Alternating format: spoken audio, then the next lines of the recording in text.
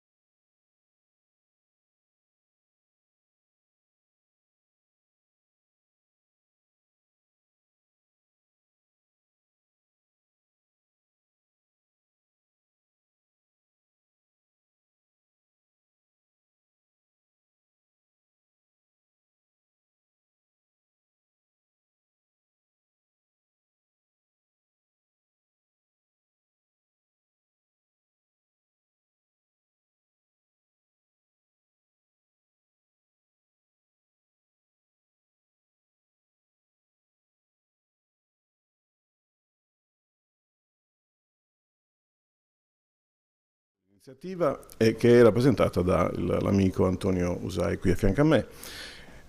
Ovviamente il Polo Universitario di Olbia, diretto dalla professoressa Lucia Giovannelli. Ci saranno prestigiosi relatori, no, che poi interverranno successivamente, che ringrazio. Ringrazio anche l'amico Alberto dell'aeroporto di Olbia, che adesso magari dirà qualcosa, lo vedo lì nel video, dirà qualcosa anche lui dopo di me. Sapete che con l'aeroporto di Olbia, con l'aeroporto di Alghero abbiamo ormai stabilito una connessione molto stretta sia sotto il profilo operativo che sotto il profilo commerciale, avendo lo stesso azionista. Quindi mi fa piacere che Alberto Perini sia qui con noi per un saluto. Poi vorrei ringraziare anche tutto il gruppo Videolino, Unione Sarda, Radio Nila per il supporto tecnico e per la messa in onda delle immagini e per tutte le cose tecniche che stanno dietro a un evento di questo tipo, e permettetemi anche di ringraziare i miei collaboratori guidati qui da Lucio Murru, che hanno messo in piedi ancora una volta questo evento importantissimo. Questa è la 6ª edizione, come ricordava Lucio. Sta diventando un appuntamento di quelli da non perdere, no? È un appuntamento che ritengo che sia veramente di grande valore, perché ha l'obiettivo di dare gli strumenti a chi fa turismo nella nostra terra. Abbiamo passato una stagione positiva, devo dire, anche se impegnativa e difficile, sotto gli aspetti soprattutto operativi. Avrete letto insomma delle difficoltà che ha attraversato il mondo del trasporto aereo, soprattutto dal punto di vista proprio dei collegamenti. Abbiamo avuto una grossa capacità messa in campo dai vettori, che tuttavia hanno avuto le stesse problematiche che poi hanno attraversato tutte le aziende, la necessità di reperire risorse nel mercato, sia dal punto di vista dei vettori, ma anche dal punto di vista di chi controlla lo spazio aereo, addirittura europeo. Quindi ci sono state delle criticità operative che però abbiamo superato, direi, brillantemente. Quindi ci lasciamo alle spalle la prima parte, mi piace dire, della stagione, perché adesso abbiamo buone informazioni, buoni dati anche per quanto riguarda ottobre, dopo un settembre veramente di gran lunga sopra il 2019. L'aeroporto di Olbia chiuderà sicuramente l'anno con più di 3 milioni di passeggeri. Oggi abbiamo un 7% in più del traffico rispetto al 2019, abbiamo un 12 credo per cento in più di movimenti. L'aviazione generale, che è una delle nostre caratteristiche, ha avuto una crescita veramente significativa, con un 30% in più di movimenti, con un tonnellaggio che ha avuto un trend meno consistente, dovuto al fatto che sono mancati i grandi clienti, come sapete, per via della crisi ucraina. Quindi risultati molto, molto positivi, dobbiamo capitalizzarli, ecco, e siamo qui per questo, mi pare, no? Quindi siamo qui per capitalizzare i risultati e per accrescere diciamo, il bagaglio di strumenti che abbiamo a disposizione per fronteggiare la prossima stagione, che speriamo si presenti altrettanto positivamente, nonostante sapete le nuvole grigie che sono all'orizzonte, l'energia, diciamo, la stabilità economica e quant'altro. Però noi abbiamo sempre mantenuto un atteggiamento positivo su tutti, e questo devo dire che ha sempre pagato. Io mi fermo qui, sarà molto interessante anche per me seguire questi argomenti, che sono, forse tu non li hai elencati. Oggi abbiamo come comunicare, no? Il 26 ottobre come analizzare i dati e fare marketing intelligence, il 30 ottobre come innovare dentro l'azienda attraverso start-ups, e il 14 dicembre come vendere i nostri prodotti e i nostri servizi, quindi argomenti veramente molto molto interessanti. Lucio, ti ridò la parola. Grazie, grazie moltissimo Silvio anche per il supporto che dai a questa iniziativa. Chiamerei in causa il direttore generale della Sogeal, aeroporto di Alghero. Alberto. Eccomi, grazie Lucio, grazie Silvio. Non ruberò anch'io minuti ai contenuti importanti di questa iniziativa meritoria. Mi limiterò ad aggiungere alcuni contenuti relativi al nostro aeroporto, a quanto ha già elencato Silvio relativamente all'andamento di Olbia e più in generale, se vogliamo, della stagione della Sardegna e del turismo in generale, per dire che anche noi stiamo vivendo una stagione A. Intanto diamo il benvenuto, Silvio, Fallo tu da padrone di casa, ma mi permetto di farlo io, visto che sto parlando al nostro assessore Gianni Ghessa, che vedo si sta collegando. Non lo vediamo ancora noi, però sì, si sta collegando, mi fanno segno dalla regia. Quando vorrai ovviamente cederò la parola. Gianni, Ti per la tua do partecipazione. velocemente quello che è l'andamento della nostra stagione, che è stata sinora positiva e la cui parte terminale si sta delineando anch'essa in maniera molto positiva. Abbiamo un settembre che in questo momento viaggia al ritmo di un più 20% all'incirca come mese sul 2019, complessivamente sulla stagione siamo quasi a due cifre, siamo oltre il 9% di incremento, sempre confronti fatti con l'ultimo anno che ha un significato industriale, cioè il 2019. Anche noi abbiamo una crescita a due cifre dei movimenti, questo appunto significa che come spiegava elegantemente e correttamente Silvio, c'è stata una voglia di riprendere una vita normale che ha caratterizzato questa estate. È certo che le nuvole che vediamo in questo momento all'orizzonte ci fanno riflettere, ma come sempre con l'ottimismo del fare continueremo ad affrontarle in maniera fattiva e costruttiva. Per ora ci godiamo le propaggini di questa estate che, ripeto, ha un segno marcatamente positivo, con tutte le difficoltà di far fronte a questa impennata delle operation, ma direi non vorrei dilungarmi, anche perché veramente non so che il tempo del nostro assessore è sempre tiranno, quindi se è collegato e può parlare, Silvio, ti ridarei la parola per introdurre il nostro assessore e lasciargli la parola. Sì, grazie Alberto. Allora, lo vedo anch'io in questo momento sul monitor. Ringrazio l'assessore Gianni Ghessa, l'amico Gianni che interviene, lo vedo sereno, quindi perché insomma anche lui è contento per l'estate che è stata molto positiva, anche grazie alle iniziative che ha portato avanti la Regione. Una di queste è quella che stiamo svolgendo oggi. E quindi ecco, posso lasciare la parola al Fassore. Allora ti do direttamente la parola, Gianni, quindi a te il microfono.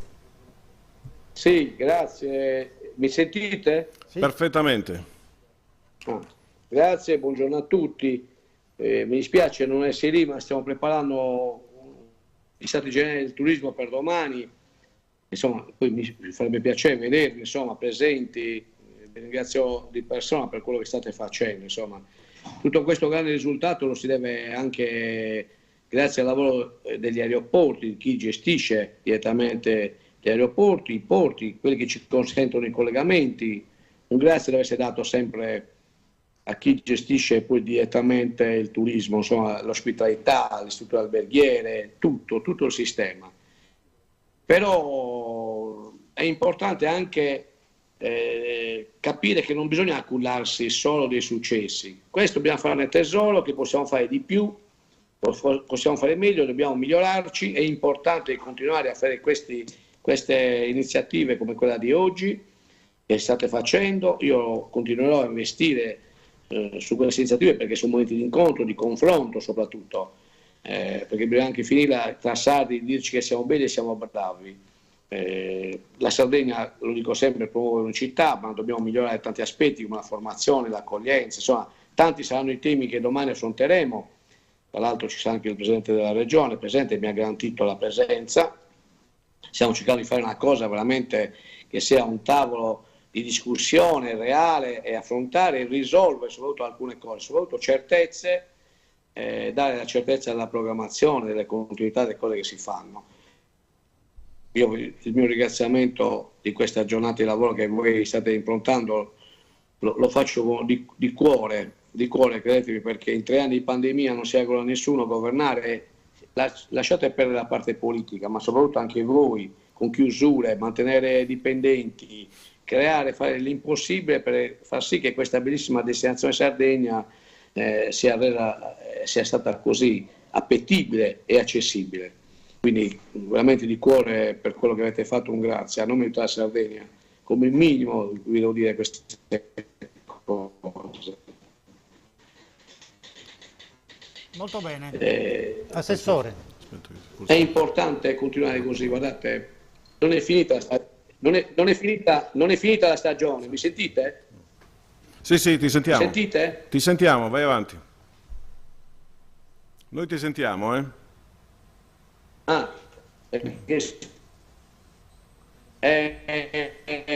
La stagione non è finita, sono tante le iniziative che stiamo facendo. A Olbia in particolar modo attualmente ci sono dei campionati mondiali. Guardate il turismo sportivo, che nessuno ci credeva, che io si quanto rappresenta la Sardegna, ma ce ne saranno tantissime. Quindi abbiamo una scommessa. A desaggionizzare è comunque la Sardegna, la più grande scommessa che ha vinto è quella che ha allungato 2 mesi sicuri. Settembre-ottobre si è confermata come leader in Europa per la destinazione sul turismo sportivo, ma questo non basta, ci serve altro e lo stiamo programmando. Poi domani ci facciamo una bella chiacchierata, lo dirò su tutte le cose che vorremmo fare, le faremo assieme, insomma. Quindi i numeri ci sono, la Sardegna può veramente battere il record, può veramente far sì che sia una destinazione, ma servono momenti come quello che state organizzando per far capire e fare un ragionamento a noi stessi che gestiamo tutto il mondo che è attorno al turismo, che è importante la formazione, l'accoglienza e soprattutto organizzare spesso delle call per il confronto e sapere adeguarci ai cambiamenti, alle trasformazioni e quelle che sono le necessità del turismo che cambia costantemente. Questo mi sembra che sia sotto gli occhi di tutti. Dobbiamo adeguarci alla richiesta del turismo con un'offerta adeguata. Quindi io il mio ringraziamento, chiudo qui, è quello di fare una bella giornata di lavoro, un buon proseguo. Ditemi sempre cosa possiamo fare, io accolgo le vostre richieste e sono sempre dalla vostra parte perché il mio dovere è questo, il mio che posso fare. Se dobbiamo investire è il momento di dire esattamente come investire. Domani ci sarà detto il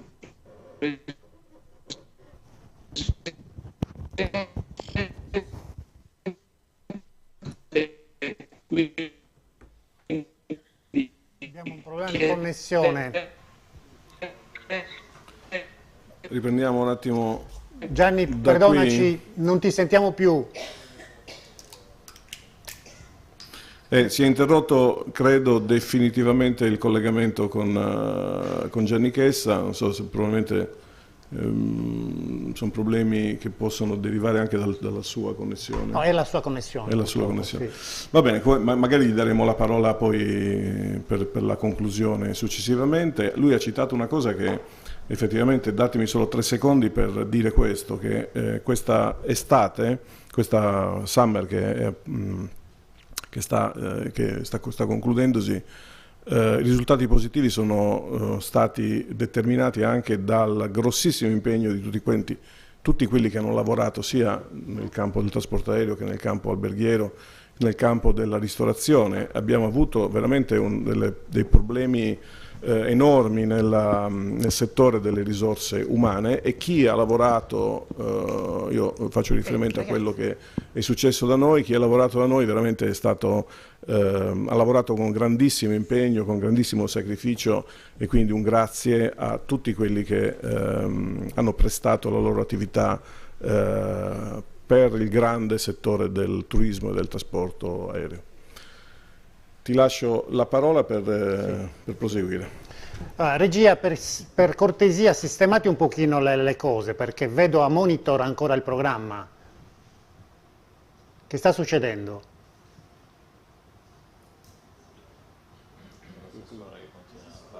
No, lui è interrotto. Gianni Chessa, lo riprendiamo un secondo o no?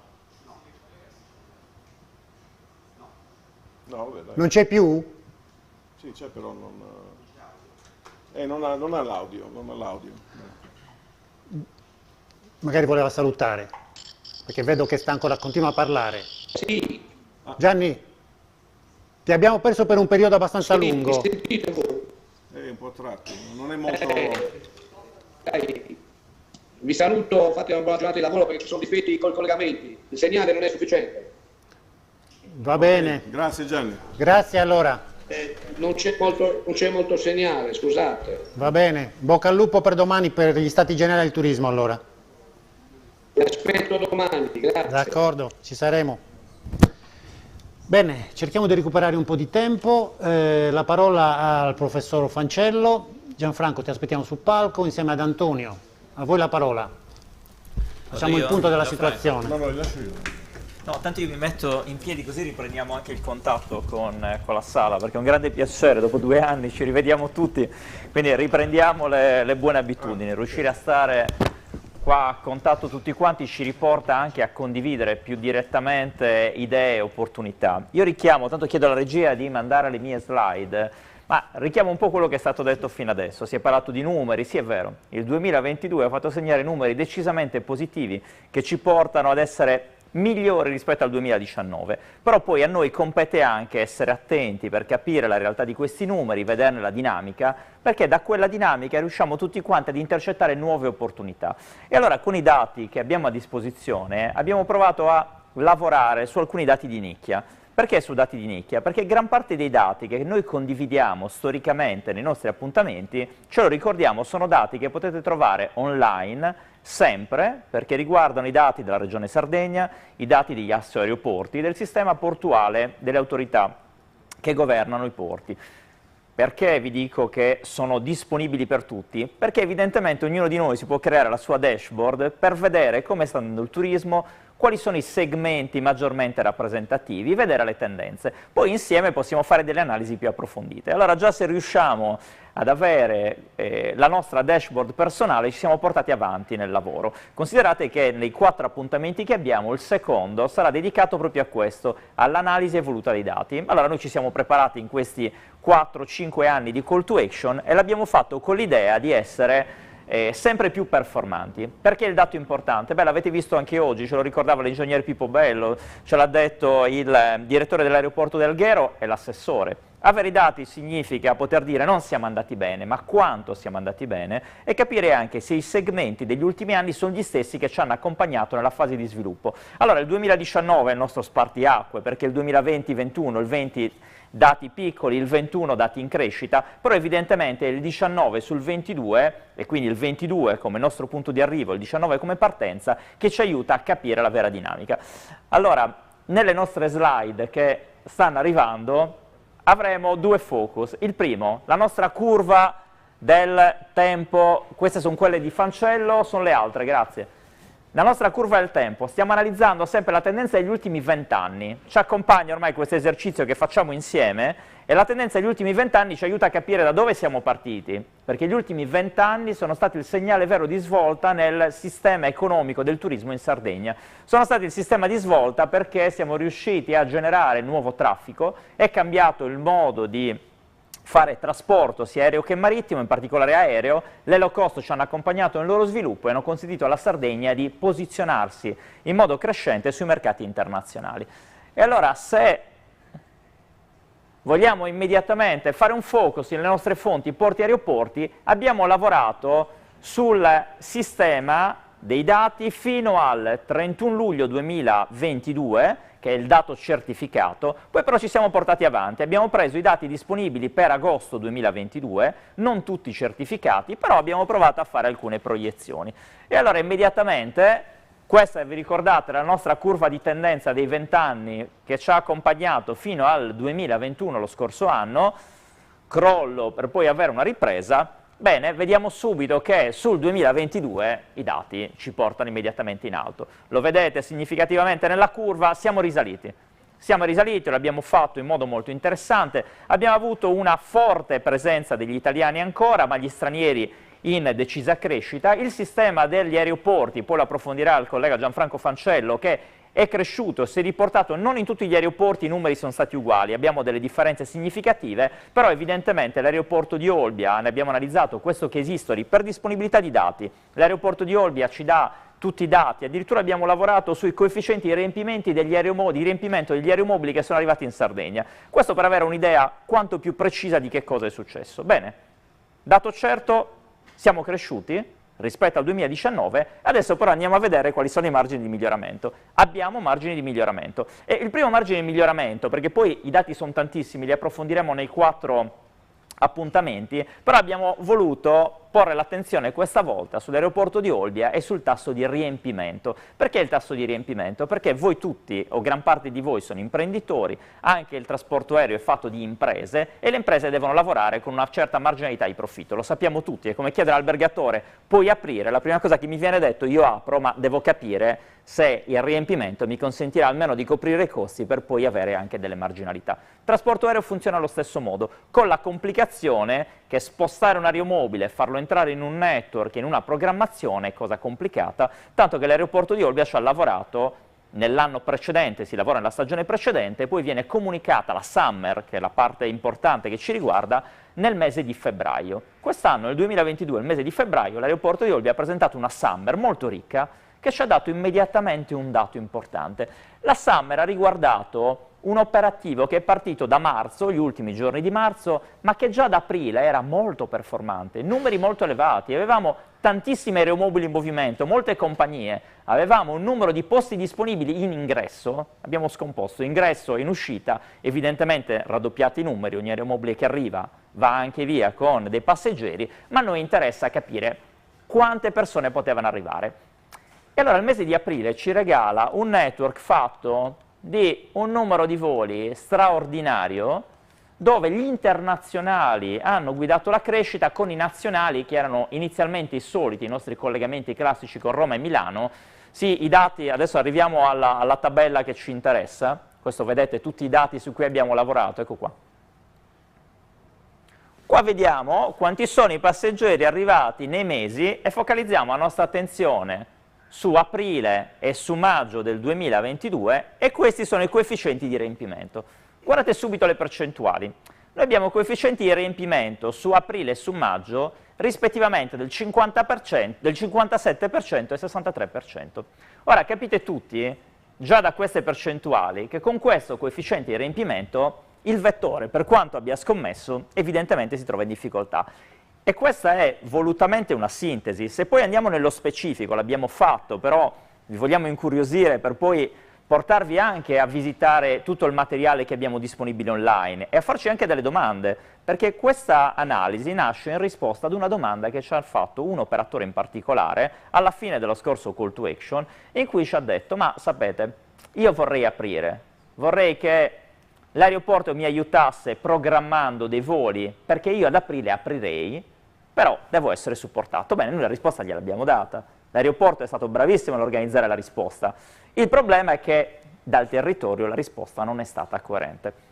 Perché se andiamo poi ad analizzare il dato di questo 57% di aprile, vediamo che contribuisce molto il sistema dei vettori nazionali, quindi la navetta Roma-Milano, che è più performante rispetto alla media, anche se in sofferenza, nonostante il collegamento sia ridotto, abbiamo bisogno di mobilità tante volte richiesta, però è evidente che sull'internazionale abbiamo sofferto tanto. Allora, con questi dati, chiaro per tutti, è difficile convincere una compagnia aerea a continuare a rafforzare il network e a proporlo. Poi l'aeroporto ha trovato alcuni sistemi, ne abbiamo parlato la scorsa settimana, per mantenere l'incentivo, però è difficile. E allora qua arriva la domanda per voi, perché attenzione che questo 57% dice che magari lo stimolo per riempire quegli aerei non c'era. Io vengo in Sardegna, va bene, sono attratto dal territorio, sì, però voi mi insegnate che il territorio è fatto di prodotto e che nel prodotto noi abbiamo una visione composita che riguarda il bene naturale, che riguarda le attività, bene l'assessore Kessler ci ricordava il turismo sportivo, però poi è fatto di servizi, tutti insieme esprimiamo un servizio. E allora la domanda è per voi, interagiamo come abbiamo fatto, riprendiamoci i nostri spazi anche nell'interazione. Quanti di voi nel mese di aprile del 2022, chi alberghi, ristoranti, qua abbiamo rappresentata l'intera filiera turistica, chi di voi era attivo, operativo? Chi ha aperto?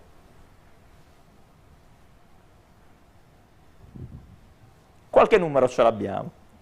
Noi li abbiamo analizzati in partenza, noi continuiamo ad elaborare sul nostro database dei dati che raccogliamo mensilmente, abbiamo gli studenti dei nostri corsi laurea che lavorano sui dati, li carichiamo nel database dello spin-off. Vi assicuro che il dato oggettivo è stato piccolo. Il numero di strutture ricettive aperte nel mese di aprile non è stato soddisfacente. Se per soddisfacente intendiamo dimostrare che il territorio crede e sviluppa prodotto, così come i servizi collaterali.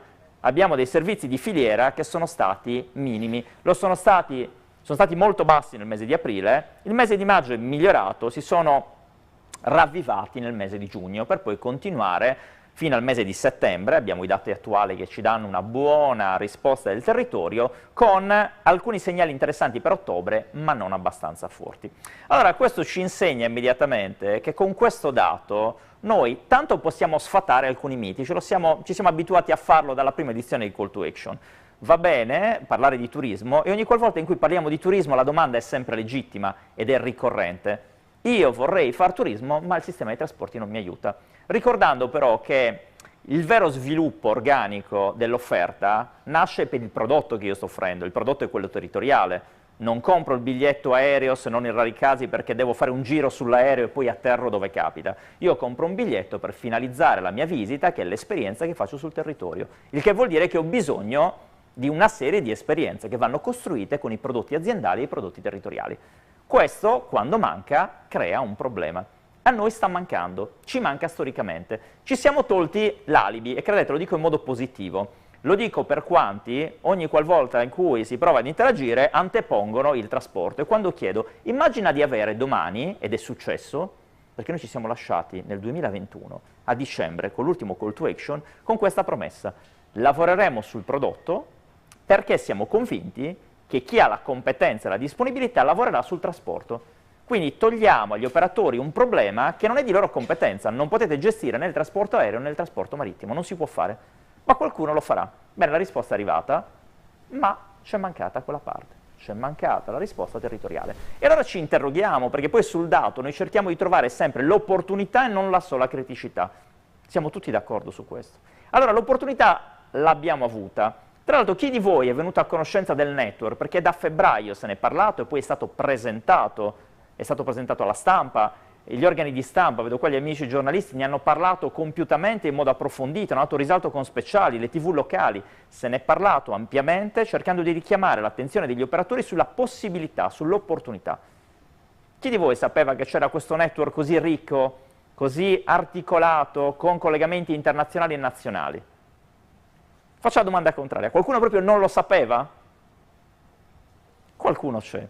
Però vedete, anche lì stiamo affinando, con l'aeroporto ci interroghiamo sempre su come affinare la comunicazione. Call to Action ci aiuta a creare una comunità, probabilmente si lavorerà sulla comunità, le mail di ognuno per veicolare sempre più informazioni. Però l'obiettivo vero è che ci sia una risposta territoriale per cui, tolto il problema trasporti, dobbiamo sviluppare il prodotto. E allora tutte queste tappe ci accompagnano verso questo prodotto.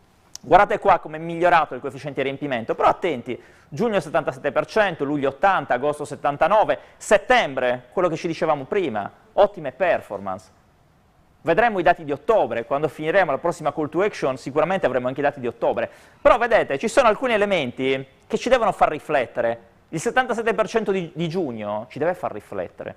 L'ottimo, le low cost lavorano con coefficienti di riempimento molto molto alti e noi facciamo grande affidamento sulle low cost intese secondo il vecchio schema. Oggi sono tutte compagnie aeree che si caratterizzano per un sistema di offerta che non si basa più solo sul prezzo, lo vedete anche dall'evoluzione di Ryan per le dichiarazioni fatte al suo amministratore delegato, e che ci portano verso un nuovo concetto. E allora è qui, utilizziamo questi dati per interrogarci, per fare prodotto e posizionarlo. Quando andiamo a vedere il 2019, vi accorgete subito, ci sono dei movimenti, alcuni allineati, ma l'aspetto interessante vero è tutta la disponibilità che c'è.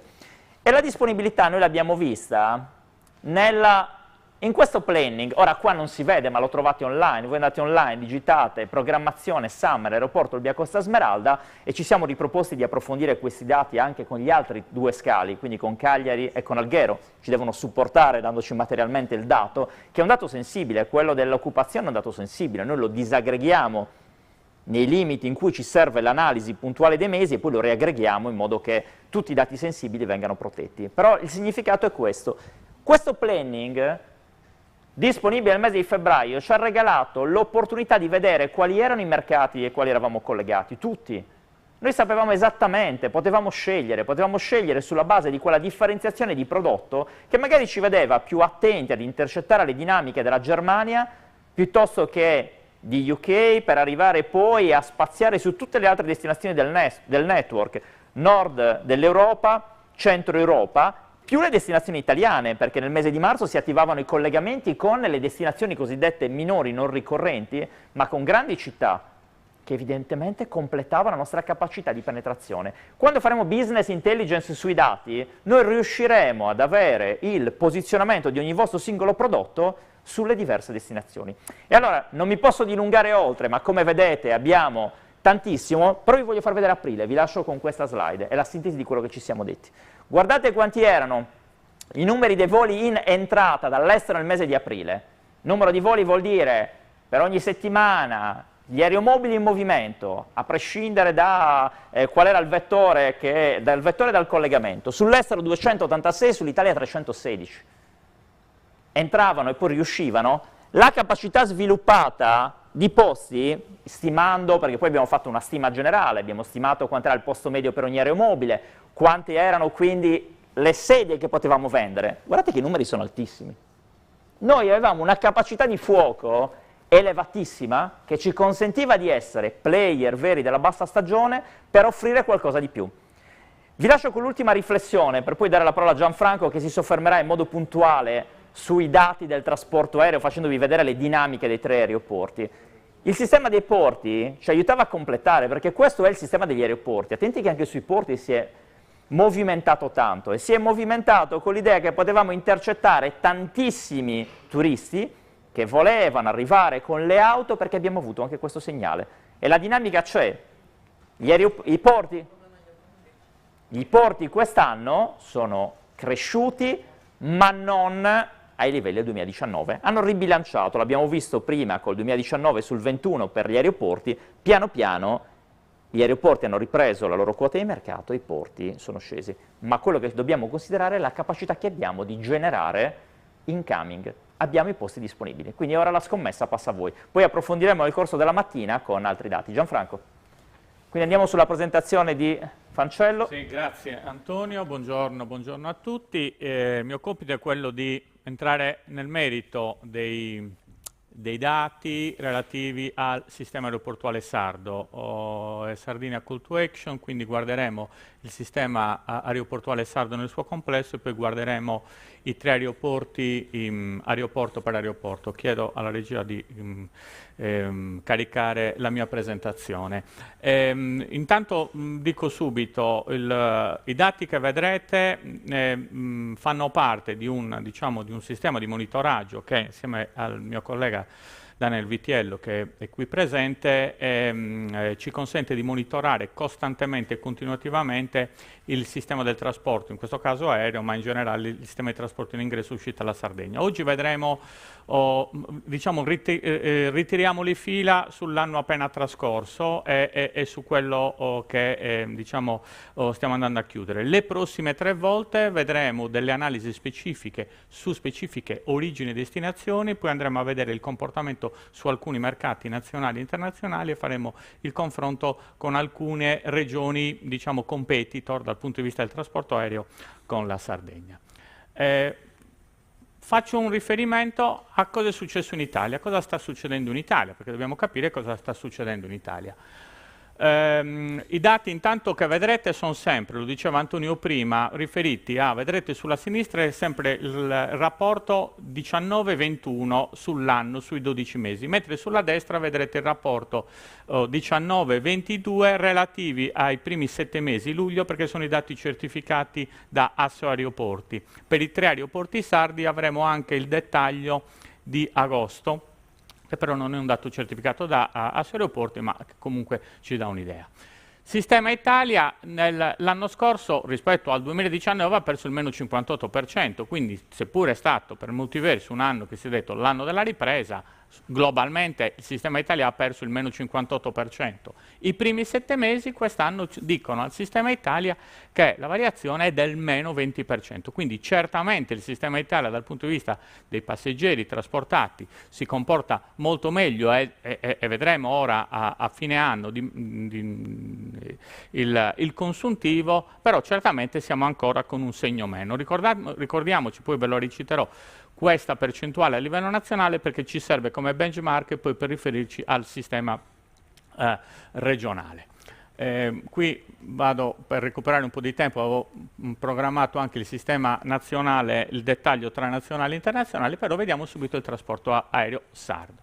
Bene, Sardegna 19-21, vi ricordate, sistema Italia meno 58%, sistema sardo 19-21 meno 37%, quindi l'anno scorso eravamo in sofferenza, ma rispetto a quello che è successo in Italia ci siamo comportati molto meglio.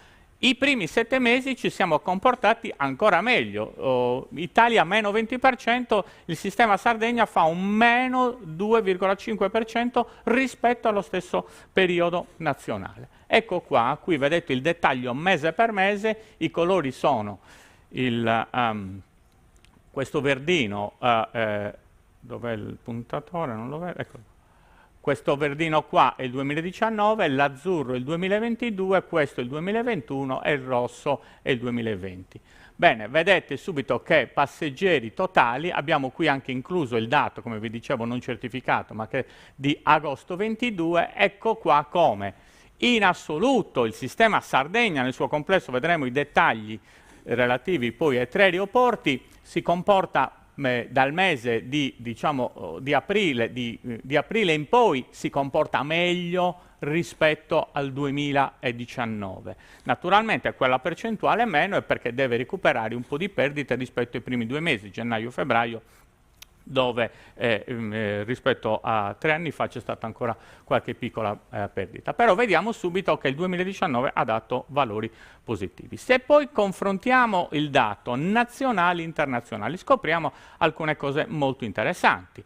Nel 2019 sui nazionali noi perdevamo, nel 2021 rispetto al 2019 noi perdevamo un meno 23%, ma già su questi primi 7 mesi sui 3 aeroporti sardi facciamo un più 7,2% rispetto al 2019, dove in Italia abbiamo detto, vi ricordate, anzi non l'abbiamo visto ma ve lo dico adesso, il dato nazionale era un meno 4%, quindi siamo in controtendenza sul dato nazionale. Più 7,20%, vediamo come sarà distribuito sui passeggeri nazionali.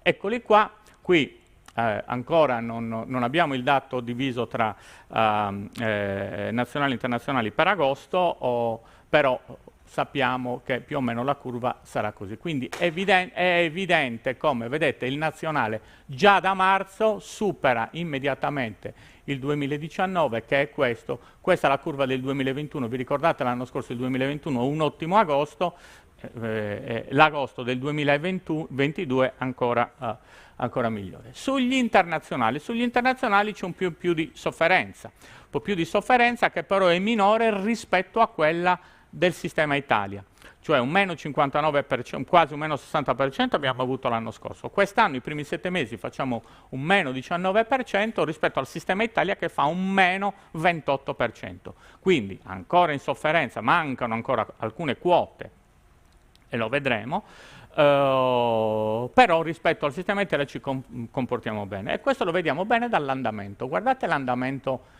Questo è il 2022, questo è il 2019. Vedete che praticamente le linee sono quasi parallele. Cioè cosa significa? Significa che manca una quota costante, che è costante proporzionale ma è sempre uguale. Quindi come se mancasse una fetta diciamo, di quota internazionale, sono determinati mercati, sapete bene quali sono i mercati che nel 2022 non sono arrivati in Sardegna, ma quindi come sistema competitività su alcuni si è ripreso totalmente il 2019 e quindi c'è solamente quella, diciamo, quella differenza.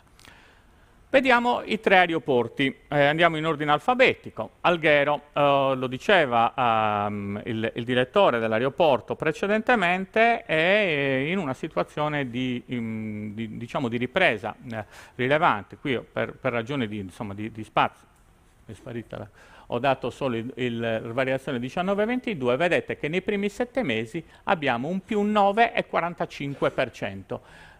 Il dato sardo globalmente, ricordate, un meno 2,5%, quindi Alghero fa più del 12% rispetto alla variazione del dato sardo. Vedete qui la variazione dell'andamento dei passeggeri totali, ad agosto c'è stato un 222.851 passeggeri dichiarati appunto questi presi dal sito della regione, adesso li confermeremo con Assoaeroporti, però vedete l'andamento è esattamente uguale a quello del 2019, quindi ha ripreso e anche guadagnato competitività. Se poi andiamo a verificare il dato sui nazionali e sugli internazionali, vediamo un 3,21% sui nazionali ad Alghero, e qui il dato è anche qui abbastanza simile. Vedete come la curva del 2022 è parallela a quella del 2019, questa invece è la curva repentina del 2021, quindi significa che, diciamo, il comportamento e l'andamento è stato molto simile a quello del 2019 anche come trend di crescita da un mese all'altro. E poi abbiamo un'ottima performance anche dal punto di vista degli internazionali, dove Alghero registra un più 7,59% a fronte, ripeto, il dato medio in Sardegna è un meno 19%. Questo dato è qui certificato, come potete vedere, l'andamento è molto simile al 2019 e abbiamo, devo dire, in maniera interessante, un dato maggiore nel 2019 nei primi mesi dell'anno, del 2022. Quindi Alghero globalmente ha ripreso tutto, diciamo, il traffico del 2019 anche aumentando sia da una parte sul nazionale che sull'internazionale. Vediamo Cagliari invece. Cagliari ha una struttura diversa. Ha una struttura diversa perché globalmente non riesce a recuperare il dato sui primi 7 mesi, il dato del 2019, ha un meno 3,51%. Parliamo di dati abbastanza simili, 2 milioni e 6 circa nel 2019, 2 milioni e 5 e 15 sino a luglio nel 2022. Ecco qui, vedete un po', però qui vi chiedo di guardare un attimo com'è l'andamento. Vedete qui l'andamento è un po' diverso. Allora l'utenza di Cagliari è un'utenza molto legata al ruolo che la città ha in ambito regionale, quindi è il capoluogo di regione, molta utenza business o comunque legata diciamo, alle attività di tipo amministrativo, che vedremo sono collegati soprattutto ai voli nazionali, per cui si è perso soprattutto durante i primi mesi dell'anno, dove invece solitamente c'è un'utenza o business o amministrativa rilevante, quella quota di utenza, quindi soprattutto nei mesi di febbraio-marzo ha abbassato, per poi riprendere diciamo da aprile in poi, maggio, e qui ha leggermente una performance un po' più bassa nel mese di agosto. I passeggeri nazionali, vedete infatti, abbiamo un calo dei leggero, non un calo, scusate, una leggera differenza tra 19 e 22 sui passeggeri nazionali, un meno 2,69%, vi ricordate Alghero faceva più 7 e qualcosa,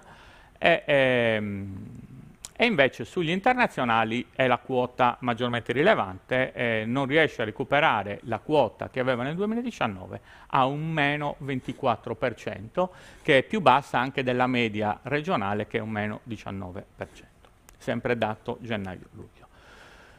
Anche qui è possibile apprezzare quello che dicevo prima. Vedete le due curve 19 e 22 sono esattamente parallele, dove abbiamo il flesso, stesso mese in cui abbiamo il flesso, abbiamo gli stessi flessi 19 e 22, quindi anche qui su Cagliari mancano quote significative diciamo, di utenti internazionali legate a specifici mercati. Olbia, ne parlava l'ingegner Pippo Bello prima, il dato gennaio-luglio testimonia un quasi 3% di incremento, 1.609.009 rispetto a 1.655.055 registrato a luglio 2022. Possiamo vedere già il dato, qui c'è anche agosto, come praticamente le curve si sovrappongono, c'è un dato leggermente più basso, ma dovuto diciamo, al mese di gennaio-febbraio, per poi sovrapporsi esattamente su marzo, aprile e maggio, e poi abbiamo il picco. Più volte è stato detto che l'agosto e il luglio anche sono andati ottimamente su Olbia relativamente al traffico totale e supera sia il dato 2021, che era un ultimo dato, sia il dato 2019.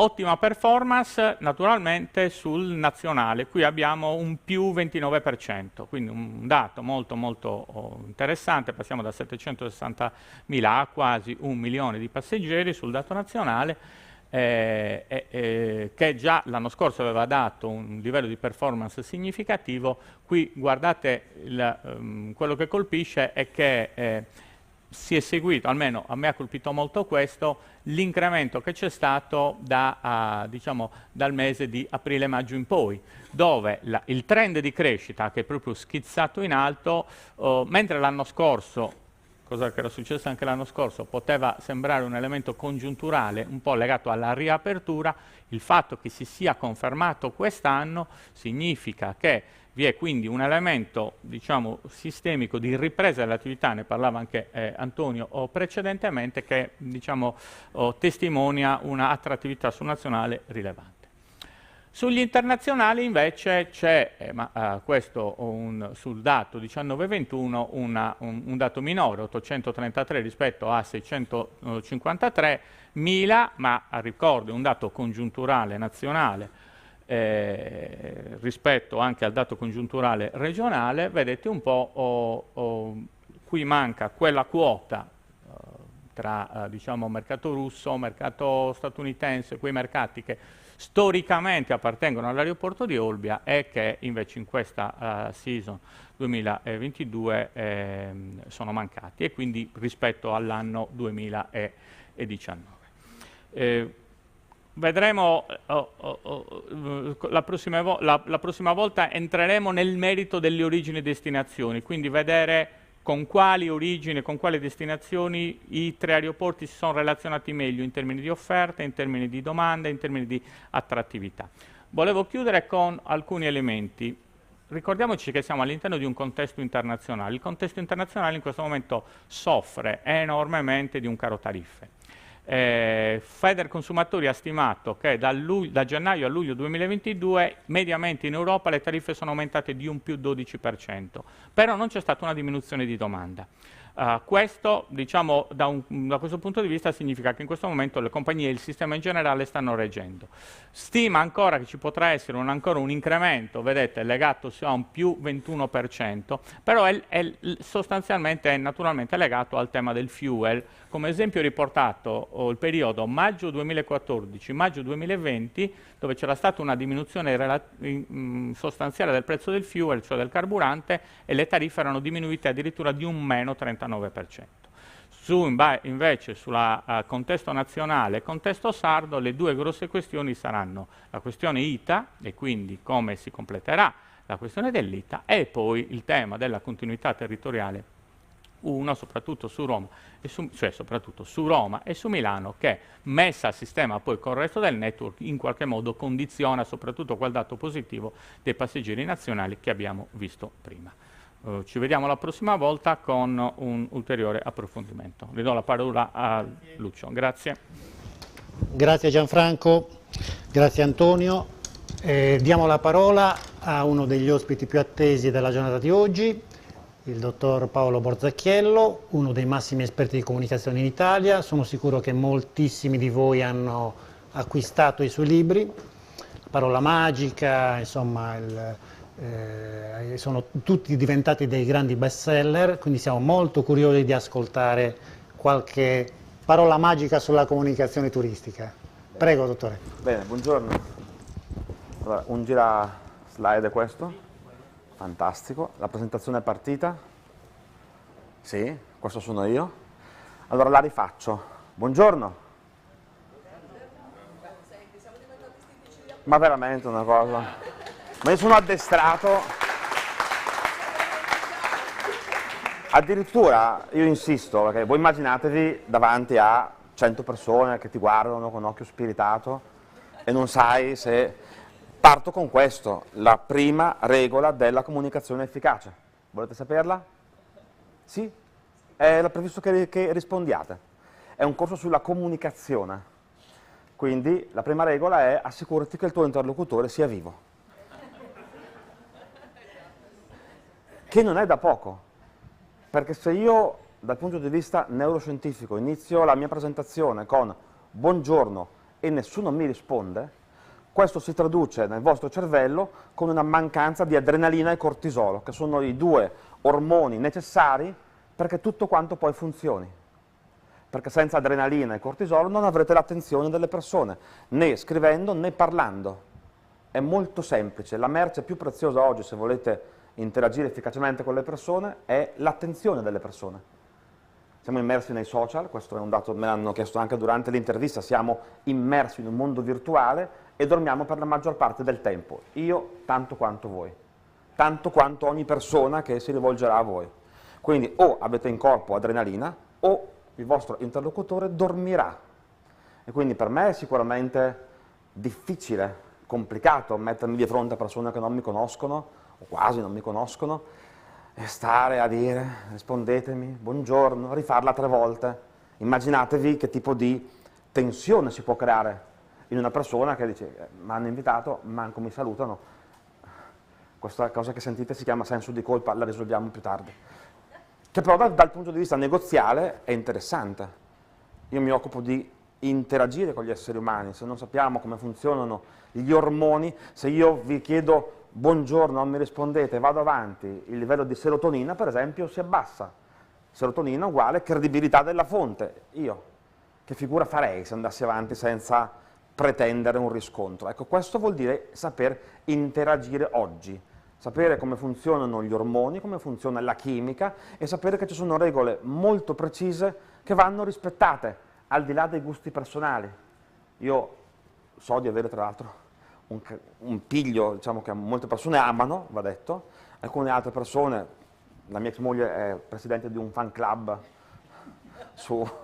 sull'altra fazione, insomma, ecco, su questa cosa del scegli, e io sono sempre dalla parte quella cattiva, sono il cattivo di turno a volte, però al di là della simpatia o meno, al di là del mi piace il piglio o meno, la serotonina quello fa. Se iniziate una chiamata con scusami se ti disturbo, che è il classico, che però voi non fate perché mi hanno detto essere un pubblico straordinario, beh, avete prodotto cortisolo. Vi piace questa cosa? Fantastico. Non vi piace? È fantastico uguale. Perché se volete interagire in modo efficace, di quello avete bisogno. Adrenalina, cortisolo e serotonina. Senza quelle 3 cose lì all'inizio, ogni vostra interazione è destinata a fallire.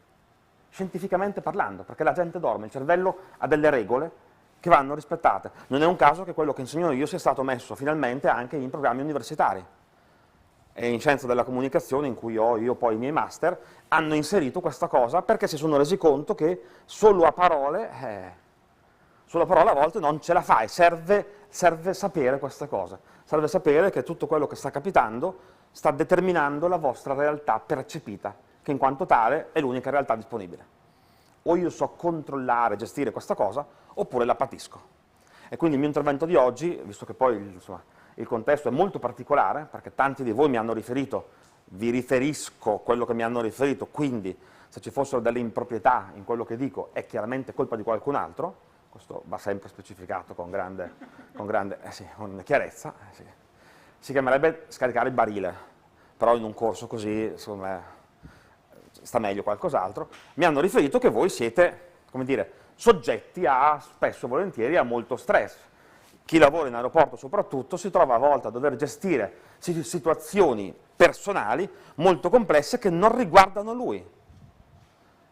C'è il passeggero che quest'estate è stato poi fantastico vedere, in senso interessante, vedere i telegiornali con questi passeggeri arrabbiati che urlano, che strepitano, con 1000 ragioni, perché se ti cancellano un volo non è che ti salta la serotonina, ti saltano gli ormoni dell'omicidio, che non sto a spiegarvi oggi, ma sono interessanti, producono morte di solito. E poi magari c'è il povero operatore in un negozio o al bar che si trova a dover gestire un cliente del genere e che fa? Gli dice stia tranquillo? A voi piace quando siete alterati che vi dicono stia calmo e stia tranquillo? A voi piace? Sì o no? È la parte in cui potete rispondere. Si è capito che voglio che si risponda? Sono in grave imbarazzo, dovete rispondere, proprio so che è una forzatura questa, però vi serve perché se non la vivete non potete sapere cosa vuol dire interagire, rimane carta morta. Quindi vi piace quando siete arrabbiati e vi dicono stai calmo? Sì o no? Ecco, non piace neanche a me, e non piace neanche al passeggero, non piace a nessuno, perché in quel momento la persona non ha, a causa del cortisolo per esempio, la capacità di elaborare tantissimo. Quindi che fai? Usi parole che cambino la chimica, e poi ve ne spiego qualcuna. Non potete controllare tutto, ma potete gestire un sacco di cose, perché le parole in questo senso, mi è stato anticipato come parola magica, la parola è magica per davvero, perché la parola produce magia. Sono in diretta io su qualche televisione? Sì? Nel senso, se faccio una battuta veramente audace, rischio di essere estromesso per sempre da... Sono sui social? Allora non la posso fare. La battuta sarebbe stata, ma non la faccio perché appunto sarebbe poi deleteria, sarebbe stata, come dicono in quel famoso libro di marketing che tutti conoscete, il verbo si fece carne. Però è un po' forte, quindi la salto e la evito. Quando vi arriva poi ridete, verso pranzo, quando mi sono ripartito, arriverà, esatto. Il verbo si fa carne, che cosa vuol dire? La parola diventa ormone. Voi dite a una persona, chiudete l'email con resto in attesa di un cortese riscontro, producete ormoni. Ormoni che anestetizzano il comportamento umano. Resto in attesa di un cortese riscontro vuol dire rispondimi quando vuoi, se hai voglia, e se mi rispondi mi fai anche una cortesia. E poi io che lavoro anche molto nel business, sentirò tonnellate di lamentele sul fatto che la gente non risponde alle mail e non so se hanno risposto. E se gli dici di rispondere quando vuoi, che resti in attesa di un cortese riscontro, cosa ti aspetti che facciano le persone? Le persone agiscono in base ai comandi che noi gli diamo. E il cervello non può fare altro, è un meccanismo cibernetico. Quello che dite diventa, quello che dite realizzate. Torniamo a questa slide che ho alle mie spalle. Ah, ok, cioè alle mie spalle. Una slide interessante, molto interessante questa, che vi dice una cosa importante, cioè che cosa possiamo fare con le parole. C'è una ricerca del 2005, condotta in ambito ospedaliero. Io ieri ero a fare un convegno per una casa farmaceutica molto importante, perché metà del mio lavoro è insegnare ai medici a far funzionare le medicine, perché la medicina senza la parola di accompagnamento corretta non funziona, o funziona meno di quello che può. Quindi io mi occupo moltissimo di comunicazione medico-paziente. Perché? Perché vi do un dato sulle interazioni umane: l'essere umano è del tutto irrazionale, nonostante ci piaccia credere il contrario, e il paziente tipico va dal medico con un problema serio e grave, e sapete quanto è la compliance terapeutica? Compliance terapeutica è quanto il paziente esegue le indicazioni del medico. Sapete quanto è di media? In campo urologico, per esempio, ieri parlavo di vaccini e poi di urologia. 22%. Cioè vuol dire che il 78% dei pazienti malati paga un medico specialista soldi enormi per farsi dare una diagnosi e una cura, e poi nel 78% dei casi non la fa. E c'è di mezzo la vita. Immaginatevi nelle situazioni quotidiane. Cos'è che manca? Manca la parola, manca la capacità del medico di presentarsi adeguatamente. E i medici si arrabbiano, perché mi dicono: ma io scusa, ho 3 lauree, so leggere le analisi, so io darti le medicine, perché devo essere gentile, perché devo imparare a comunicare? E io rispondo: perché siamo esseri umani. Siamo solo esseri umani, nel nostro splendore, ma di fatto tutt'altro che esseri razionali. Siamo razionalizzanti. Io oggi ho visto, mi spiace tantissimo, devo partire più tardi per tornarmene a Milano per un evento, ho visto l'ospite che c'è nel pomeriggio, è uno dei miei idoli, è uno di quelli che vi dirà che le parole che scegli per presentare un prodotto fanno il prodotto. Tu puoi avere un servizio fico quanto vuoi, ma se non sei capace di presentarlo, nessuno lo apprezzerà. Questa cosa del prodotto che si vende da solo è falsa. Io ho un iPhone, sono un quasi felice possessore di iPhone, quasi felice perché diciamo, ci sono dei margini, e l'ho sempre comprato, ma non è mai arrivato un iPhone alla porta del mio ufficio, che bussa alla porta, apre, dice chi è, dice sono un iPhone, comprami. Non c'è il prodotto che si vende da solo, c'è qualcuno che mi fa sentire super fico se ho quel prodotto lì. Ecco, questo è il nostro mestiere con le parole. E torniamo alla ricerca medica. A un gruppo di persone, immaginiamo un'aula, okay, viene fatta annusare una sostanza trasparente da una fiala trasparente. Quindi nessuna etichetta, non c'è possibilità di come succede ai sommelier, di basare il giudizio in base all'etichetta che leggono. Dici, no, me ne intendo. No, nel 98% dei casi il sommelier con l'etichetta sbagliata sbaglia. Non piace questa cosa? Boh, i dati sono quelli. Attenzione a questa cosa, perché la realtà è frutto delle parole che usiamo per descriverla. E quell'intervento di oggi, per quanto 50 minuti, vi dovrebbe cambiare la vita o ispirare a un sano silenzio a volte, perché a volte ci raccontiamo le cose e potremmo raccontarcele in altro modo. Quindi mi piace pungervi, mi piace che usciate di qua, se possibile un po' in crisi, dirò, Dio, cosa dirò dopo? Preferisco una persona che ci pensa 3 volte alla persona che dice, ma sì, cosa vuoi che sia? Perché quello si chiama overconfidence, è un errore cognitivo che di solito ti rovina la vita, quindi attenzione a come ve la raccontate. Avete sentito che io balbetto, ogni tanto mi incanto, se non l'avete sentito ve lo faccio notare, io sono un balbuziente cronico, diagnosticato inguaribile. E sapete il mio mestiere qual è? Parlare alle persone. Io sono un balbuziente cronico. Il logopedista disse a mia madre ai tempi, suo figlio purtroppo non potrà mai parlare bene con le persone. E io domani vado a Milano a registrare il mio prossimo audiolibro. Al logopedista. Eh sì, ve lo dico perché sapete qual è il passaggio nevralgico? È stato riflettere sul fatto che quella storia non mi piaceva e me ne sono scritta un'altra. Perché noi siamo storie che camminano e i ricordi non esistono. I ricordi sono tutti falsati dal linguaggio che usiamo per raccontarceli. Il cervello fa queste cose qua con le parole. E questa è la parola magica. È sapere che se non ti piace la storia che ti hanno raccontato, te ne scrivi un'altra. Punto. E torniamo a questa ascella che sovrasta la mia testa, che se sto ancora un po' poi comincerò invece di vaniglia a sapere di odore di corpo umano, che non è una cosa bella. Fanno sentire questa fiala alle persone e prima di procedere all'esperienza olfattiva viene detto, stai per annusare odore di corpo umano. Secondo voi come reagiscono le persone che pensano di annusare, possiamo chiamarlo puzza di ascella, perché parlare di secrezioni, di aforesi, cioè, è complicato, puzza di ascella. Secondo voi come reagiscono? Bene o male? C'è sempre una percentuale di astenuti che... Questa anche è carina, secondo me, esatto. Scegli, direbbe. Non faccio battute politiche. Non mi permetterei mai. E bene o male, quindi? Male. E che faccia fanno, secondo voi, le persone pensando di annusare faccia di ascella? Dici schifata. Tipo? Se riesco a farlo io davanti a voi che state pensando, state decidendo in questo momento se comprare tutti i miei libri o dire dove cazzo sono finito? È un trade-off cognitivo importante, quindi che faccia fanno le persone? Fatelo, perché dovete sentire l'odore dell'ascella.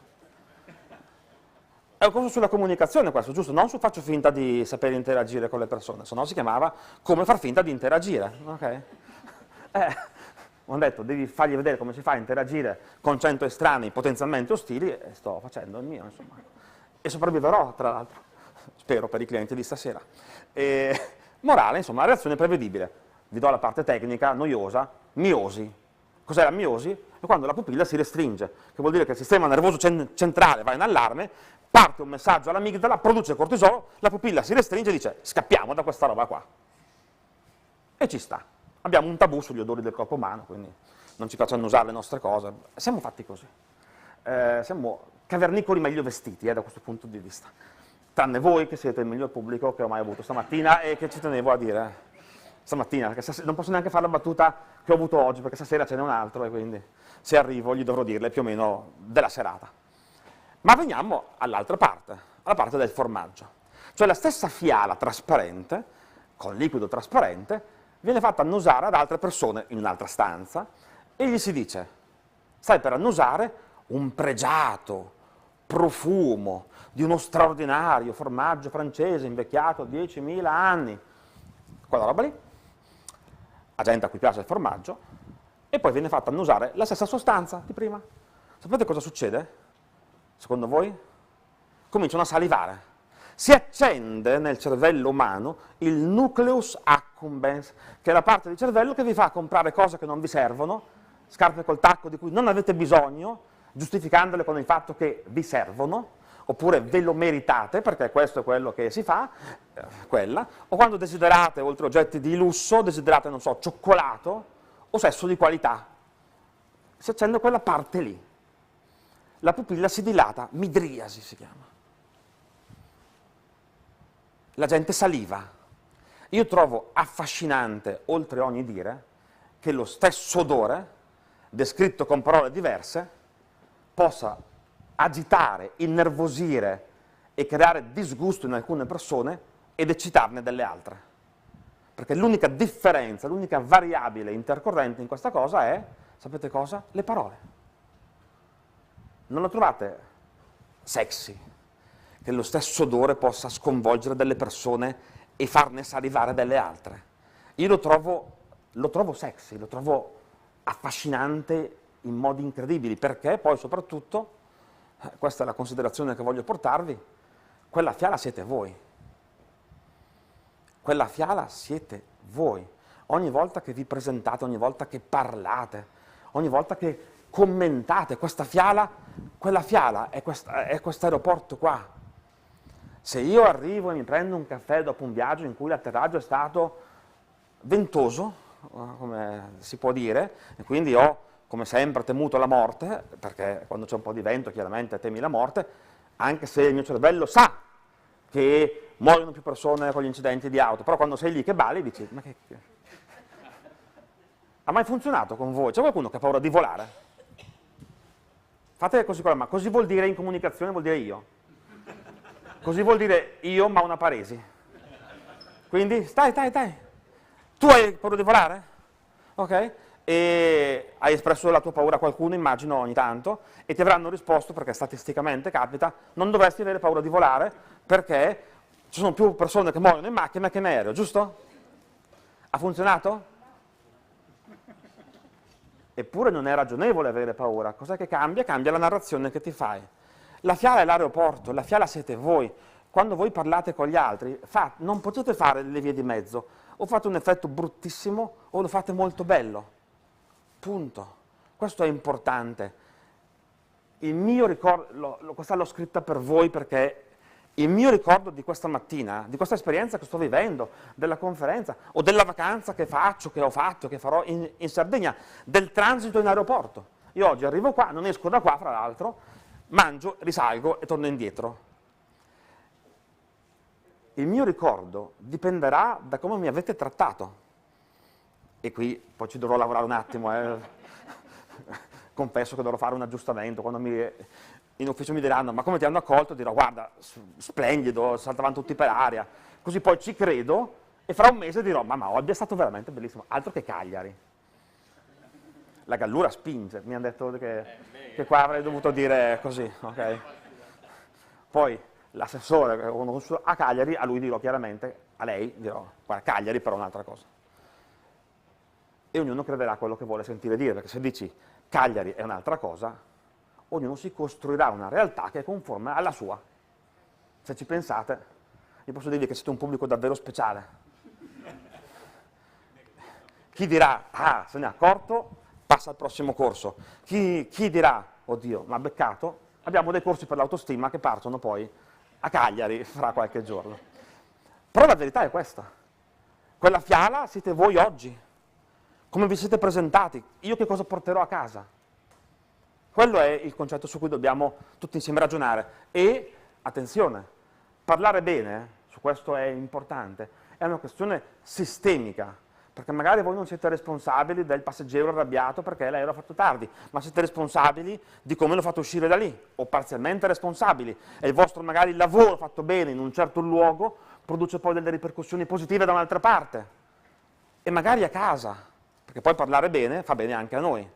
E io posso decidere, non se la compagnia aerea fa ritardi e se mi trovo una mandria di passeggeri arrabbiati, ma posso decidere come tornare a casa. Perché mia figlia magari non si merita papà arrabbiato perché ha avuto una giornata pessima. Questa cosa qui è importante secondo me. Parlare bene è un atto di coscienza civile in questo momento storico, poi veniamo da un mese di insulti, volgarità, cose bruttissime. Io sono un amante dell'eleganza in quanto tale, a me piacciono le persone che parlano bene perché c'è bellezza, c'è eleganza nelle parole.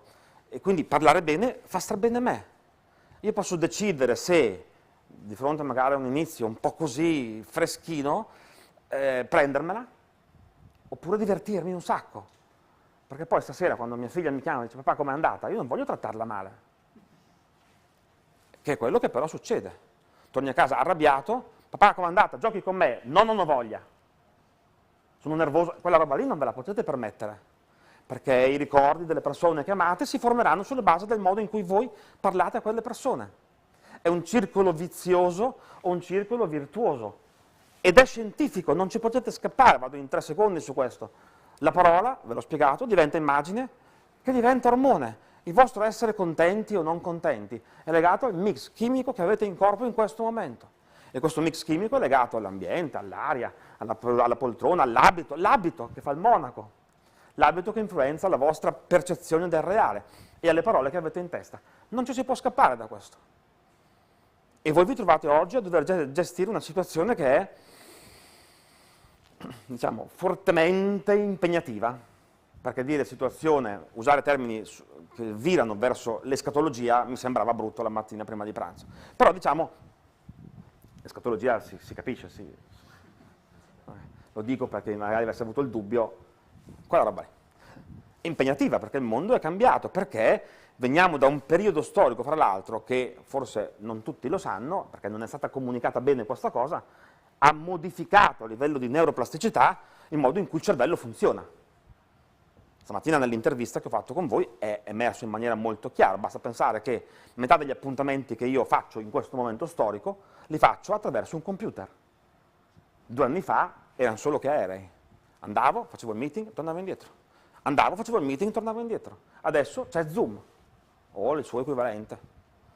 Questa cosa qua è interessante perché, se pensate che il cervello misura l'empatia in metri, l'empatia è quanto di più irrazionale e pazzo ci sia nel cervello umano. È misurata in metri. Più metri ho, e meno empatico voi mi considerate. Per questo che quando ho visto il banchetto ho detto, no, davanti, già sarà impegnativo, almeno cammino. Faccio un esempio. Immaginate che si verifichi un tamponamento importante, una cosa roboante bella, roboante, sapete il suono, perché poi oggi non ne parlo, ma c'è anche la parola che in base al suono produce ormoni. Perché se dovete pensare a una macchina sportiva, di sicuro avrà dentro un sacco di R, perché c'è la Maserati, c'è la Ferrari, c'è la Lamborghini, non c'è la Panda,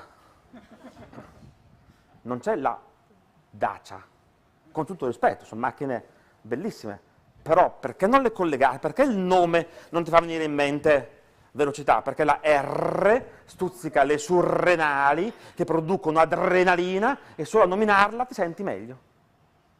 Quando scelgo una parola, io la scelgo con attenzione. Perché se devo presentare una struttura e voglio dare certe immagini, userò avverbi, parole di un certo tipo, non altre. Il tempo non esiste. Il tempo non esiste. Il tempo è frutto delle parole che abbiamo in testa per raccontarlo. Se io uso in un'email commerciale con un cliente arrabbiato, un passeggero in transito che sta perdendo le coincidenze e uso 4 avverbi di tempo giusti, subito, velocemente, già, rapidamente, lui penserà che il tempo che passa sia più breve. Se vai in un Apple Store, ci ho lavorato quindi so esattamente di cosa stiamo parlando, e passi 15 minuti in attesa, ti chiedono quanto tempo è passato in attesa, tu dirai 7 di media, la metà. Perché? Perché ogni 3 minuti c'è qualcuno che passa, ti sfiora e ti dice siamo subito, tu senti 12 volte subito, pensi, dici come sono veloci questi. Quindi in alcuni contesti dove la velocità è premiante, in altri potete giocare un po' con gli avverbi invece di lentezza e calma e tranquillità, perché non in tutti i contesti dici io sono velocissimo, non in tutte le situazioni può essere utile. Sì, per esempio quando devi riflettere su certi argomenti non è il caso di... ok? Questo fanno le parole.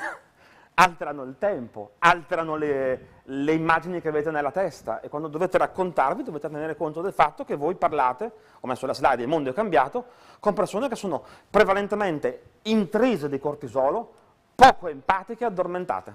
Questo è il dato. Poco empatiche perché parliamo più con i telefoni che con le persone vere. Perché crediamo, questa è l'illusione dell'algoritmo, che il mondo reale corrisponda a quello virtuale, e non è così.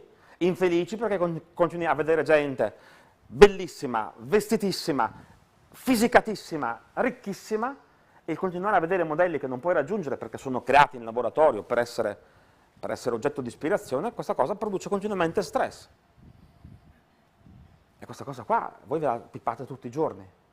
Poi metti caso che l'aereo faccia tardi, metti caso che la compagnia cancelli il volo, metti caso che mettete un po' di casi, questa cosa qua o la gestite bene o arrivate a casa con la gastrite. Io misuro il successo, io sono oltre che un consulente, uno scrittore, sono un imprenditore. Quando mi chiedono i vari giornalisti, così, ma per te Paolo cos'è il successo? Io rispondo, misuro il successo fondamentalmente in base al tempo che passa tra appoggio la testa sul cuscino e mi addormento. E a quanti antigastrici devo prendere. Perché il successo è quello, non è il fatturato. C'è anche quella parte lì, i libri venduti mi piacciono, però la verità è che se vendo un sacco di libri e poi non riesco a dormire la notte, sono uno che vende tanti libri, non uno di successo, per come la vedo io. E parlare bene vi serve, ripeto, soprattutto per stare meglio, perché non potete prevedere cosa vi dirà quel passeggero che magari c'hai 3 minuti. E se io vivo in aeroporto, mi sembra di essere nel film Terminal, perché viaggio spesso per le conferenze, i tour, eccetera. Sento della gente trattare, o anche in treno, trattare così male le persone che ho smesso di intervenire perché passerei la vita a litigare, e il mio agente mi ha detto che dovrei tenere la faccia fondamentalmente di questa conformazione per i prossimi 3 anni. Però la verità è che sento delle cose che non stanno in cielo né in terra. Se la pigliano con voi, con le persone che lavorano qua, io questa roba vado fuori di testa. Però succede. Mi lamento? No, la gestisco. Questo è un pezzo importante. Voi con le parole potete gestire tutto, che non è da poco, perché sono gratis. Le studi, le leggi, le impari, ti concentri, è gratis. Imparare a parlare bene è gratis. Punto. Poi, se ti vuoi pigliare i libri, sono felice, ma è gratis. Tutti i giorni scrivo e parlo sui social perché per me è gratis, e tutti dovrebbero sapere questa roba. Ho detto roba volutamente. Sono cambiate. La distanza si è tradotta purtroppo, il cervello si è ormai ricablato, e la distanza fisica che c'è fra di noi si trasforma in distanza emotiva. Quel famoso tamponamento, vi ricordate che parlavo del tamponamento? Che non ho finito la storia, giusto? Si chiama nested loop, effetto Zeigarnik. Se non finisci una storia, il cervello rimane sospeso, finché non la finisci va in fissa, e però voi state svegli. Si fa apposta ogni tanto per tenere il pubblico sveglio. Zeigarnik.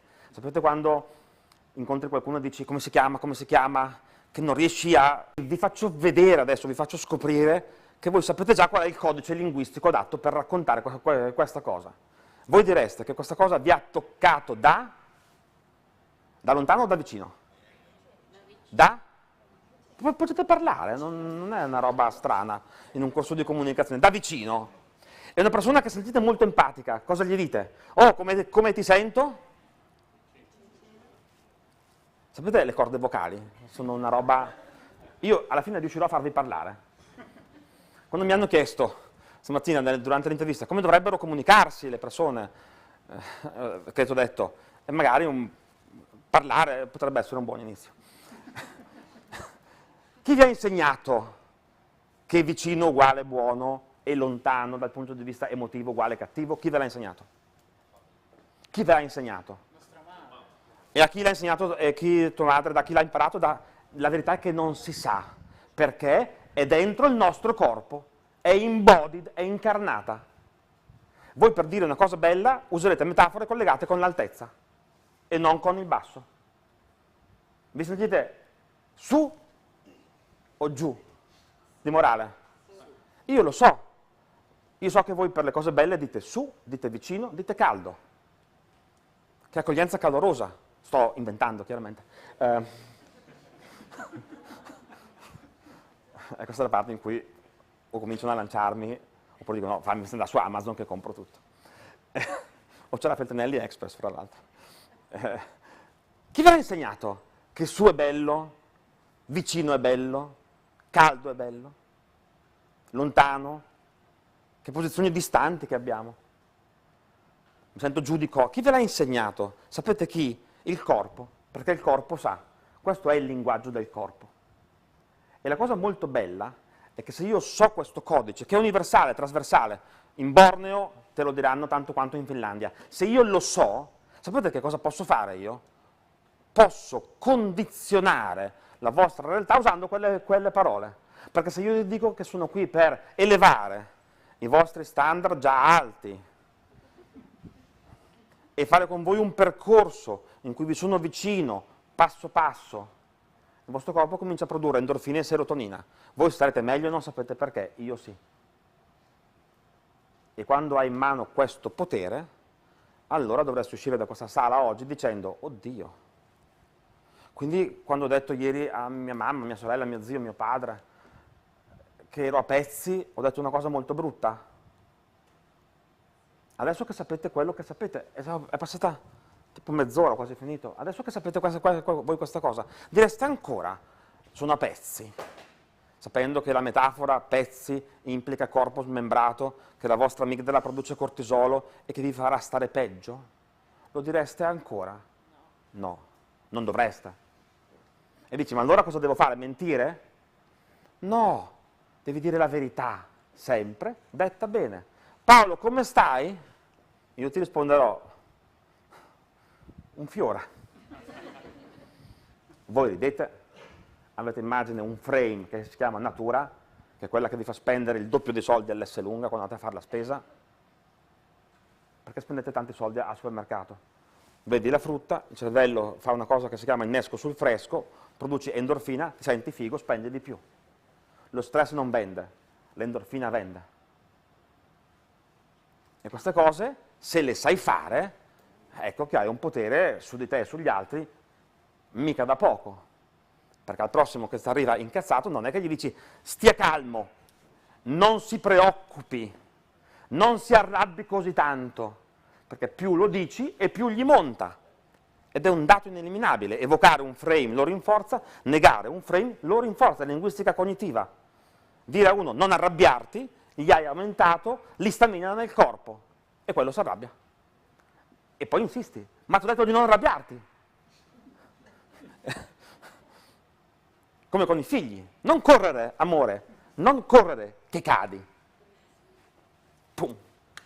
Vai là, ti incazzi, gli dici, ti avevo detto di non correre, che saresti caduto. Pensa a dire a un figlio cammina piano, pensa che roba straordinaria. Dire a un bambino rallenta, invece di non correre, pensa che roba straordinaria e così difficile. Voi avete persone che sono distanti, potete cancellare questa cosa dalla vostra prossima Zoom? No, ma potete dire che potranno toccare con mano la bontà delle vostre idee, perché se dici toccare con mano, corpo, mano, siamo vicini, quindi gli voglio bene, empatia, ossitocina e la Zoom finisce meglio di quanto sarebbe finita diversamente. Questo lo potete fare. E se sapete fare questo, la vita diventa più divertente.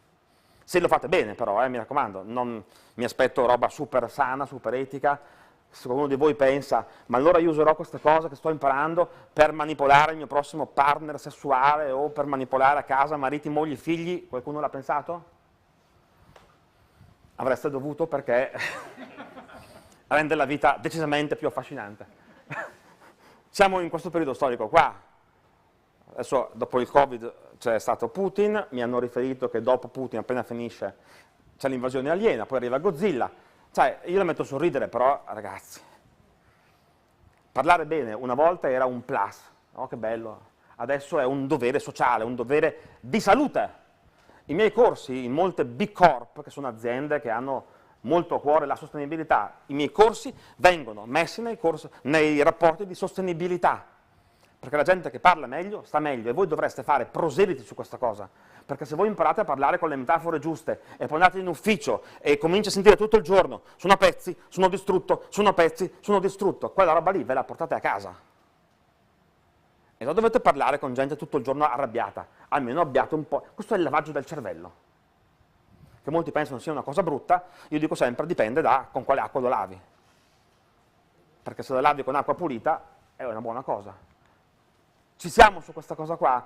Ricordatevi, e qui vado verso la conclusione, poi se volete un po' di domande e risposte tutto il tempo che volete, quindi quei 3-4 minuti mi fermo volentieri. Ricordatevi che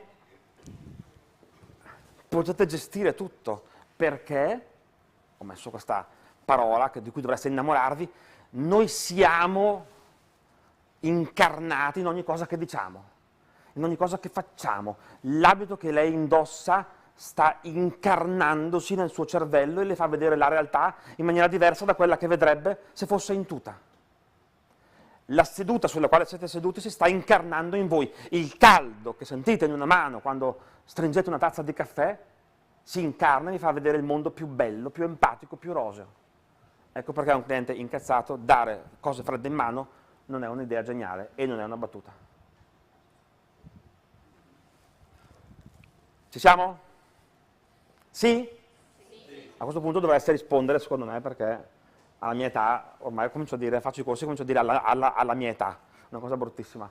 Quindi, grazie a questi principi, potete gestire tutto, potete migliorare la vita delle persone, potete migliorare la vostra. Fosse anche che il vostro cliente, viaggiatore in transito, rimane alterato, però torni a casa e dormi meglio, comunque valso la pena. Se poi il passeggero è alterato, l'utente è arrabbiato e gli fate fare un sorriso e quello porta a casa un grammo di endorfina, si ricorderà di voi, perché il turismo è questo, il turismo è solo narrazione. Io quando sento la gente che si lamenta e dice ma perché devo andare all'estero che in Italia abbiamo il mare più... È inutile che mi fate le analisi dell'acqua. È inutile che mi fate le analisi dell'acqua, dimostrandomi che è più pulita di quella delle Maldive. È tutta storia, è solo storia. O la racconti bene o aspetti che qualcun altro te la racconti meglio. È solo storia. La vita è storia, il business è storia. Non esiste niente di dato, di fatto oggettivo che possa convincere un essere umano se non nella pancia. È così. Quindi o imparate a raccontare storie oppure guardate gli altri che le raccontano meglio. Questa è la scelta. Drammatica ma estremamente realistica. E questo è il mio invito.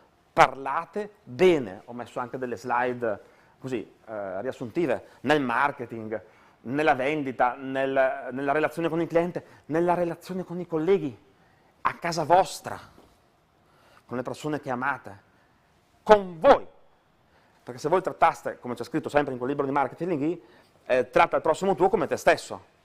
Magari, perché la frase tratta il prossimo tuo come te stesso contiene una implicatura, si chiama, implicatura di Grice. Il presupposto cioè è che tu tratti benissimo te. E non lo facciamo mai. Incontri l'amica, dai adesso, incontri l'amica che ti dice oggi mi sento un mostro. Ne avete incontrata qualcuna che ogni la mattina vi dice mi sento un cesso, un mostro, sì? Cosa rispondete? Ma no! Che sei uno splendore, giusto? Sbagliando, fra l'altro, perché le peggiorate la giornata. Ma questo è un altro corso ancora. Dovrei dirle che è un cesso? Sì. La verità. Fa meglio la verità detta in un certo modo che la bugia comunque mal interpretata. Però, comunque, cercate di consolarla. Ma non che ci trovo in forma. Ma non vedi che sono brutta? Perché più poi la consolate, più lei dirà, ma non vedi che sono brutta? Attenzione a questa cosa qua, eh. La prossima che ti dice, mi sento un mostro, la guardi e dici, imparate a rispondere così. Smette di dirtelo perché dice, no, non mi dà soddisfazione, spegni il vittimismo, non ti dà soddisfazione, smette di dirlo e comincia a stare meglio. Io la metto sul ridere, ma non sono battute. Tornando a noi, voi vi trattate così allo specchio la mattina? Io stamattina mi sono alzato, erano le 5, quindi ho, prima di tutto, elicitato una serie di divinità, pescando da varie religioni, dicendo a me stesso perché ho detto sì a due cose insieme. E poi mi sono ricordato che ho sbagliato, quindi ok, perché gli orari così non dovrei prenderli. E poi mi sono guardato e ho detto, mamma che faccia, mamma che grasso, che brutto, che occhiaie, mamma.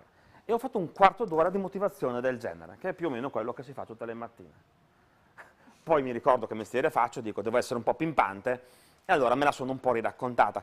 Parlatevi bene, perché ve lo dovete, ve lo meritate, perché se voi vi parlate bene, tutto il resto andrà meglio. Le persone si rilassano non quando vengono tranquillizzate a parole, ma quando respirano buoni ormoni.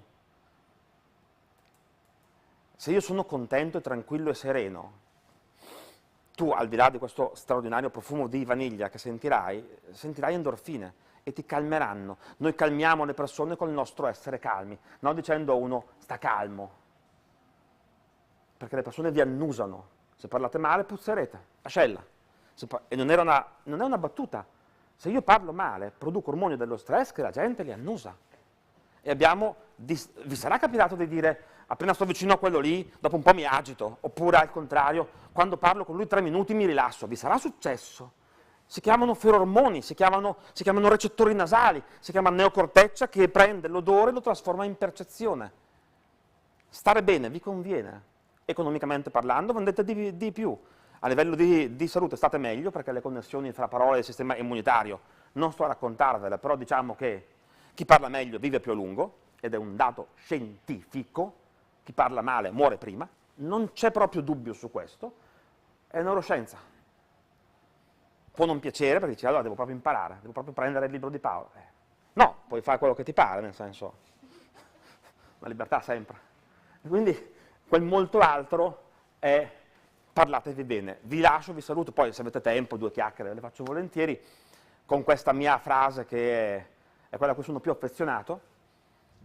Le parole che usi dicono da dove vieni, le parole che scegli dicono dove vuoi andare. Quindi scegliete parole all'altezza dei vostri desideri più alti e le parole faranno il loro mestiere. E io sono a posto così.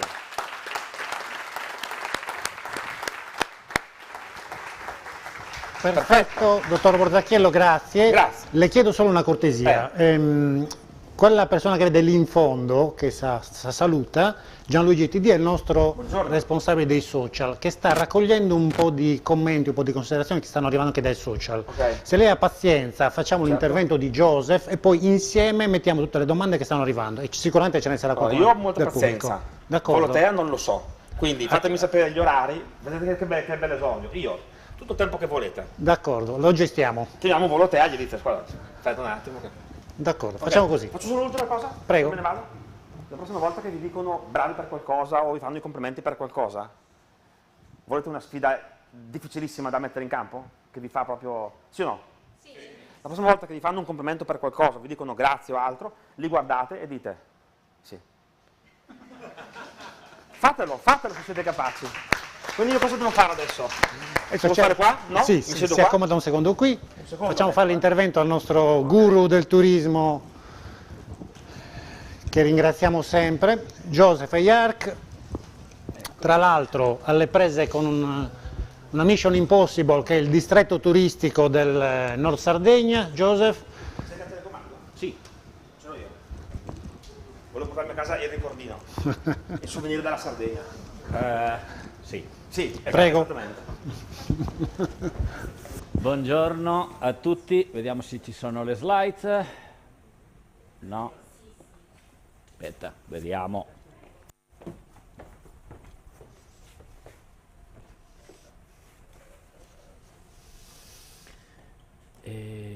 Tiruritto, tirura.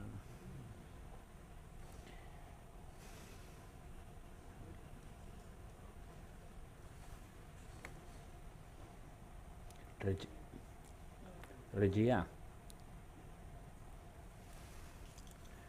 Mancano le slide. Maria Assunta, chi ce le aveva? Però ci sono dei video. Un secondo del distretto turistico che recuperiamo. No, lascia perdere il distretto, dai, non ancora. No. Non ancora. Bene. In attesa che abbiamo il materiale, una riflessione importante. Qui fisso, mi hanno detto che devo star fisso, ma è impossibile, ve lo dico già subito. Fondamentalmente dobbiamo ragionare su quello che è la comunicazione turistica. Partiamo da una premessa: nel turismo facciamo una grandissima confusione, perché con il concetto promozione intendiamo anche, mi dai la pennetta? La son? L'ho fatta io, lo dici, l'ho appena finita. Hai appena finita?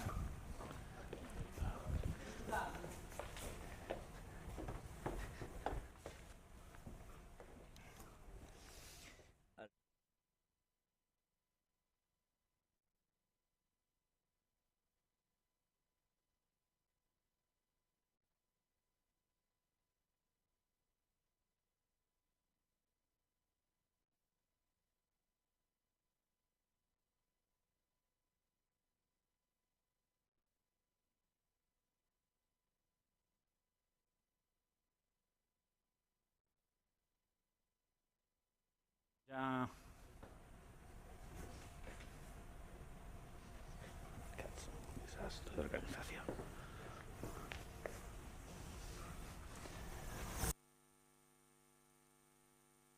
Qua. Bene, allora, innanzitutto fondamentalmente un po' il ragionamento che abbiamo fatto è quello di dare in qualche maniera a operatori della Sardegna fondamentalmente delle idee chiare su come si deve comunicare e che cosa si deve comunicare. Se oggi fosse esattamente il call to action del 2019-2020, probabilmente vi staremmo raccontando altre cose, perché lo sappiamo già tutti, ormai è banale, il mondo è cambiato con il Covid, sono cambiate le persone e in conseguenza la comunicazione turistica ha dovuto in qualche maniera adeguarsi. Allora, fondamentalmente, partiamo dalla premessa, non funziona a schiacciare? Bene, allora fondamentalmente lasciamo stare il 2022, è andato bene, eccetera, il dubbio è il 2023 per tutto quello che sappiamo. Noi abbiamo in questo momento una situazione di incertezza. In conseguenza, prendendo spunto di quello che diceva Paolo prima, c'è un elemento molto importante nella comunicazione turistica, dobbiamo dire la verità. La verità serve fondamentalmente, soprattutto nei momenti nei quali i nostri clienti devono di prendere la decisione, capire fondamentalmente questi concetti che vedete qua. Cioè, noi dobbiamo essere più chiari che mai, cioè qual è il benessere o qual è il beneficio che il cliente otterrà se ci sceglie. 1. 2. La comunicazione serve per incentivare e per far approfondire ai clienti o ai potenziali clienti la nostra proposta perché ci scelgano. Ma dobbiamo di incoraggiare e sedurre che vadano un pochettino più in là, che tentino di capire in qualche maniera quale diciamo, è la nostra proposta. Ma soprattutto, e questa è la grande novità, dobbiamo esprimere vicinanza ai nostri clienti. Cioè, il concetto, lo vediamo tante volte, campeggio Pincopalino, iniziamo la stagione, te lo puoi risparmiare. Perché il cliente oggi vuole che nel campeggio gli dicano ci stiamo preoccupando della sostenibilità e di avere tutto a posto. Allora partiamo da che sono gli obiettivi della comunicazione turistica. Cos'è la comunicazione turistica?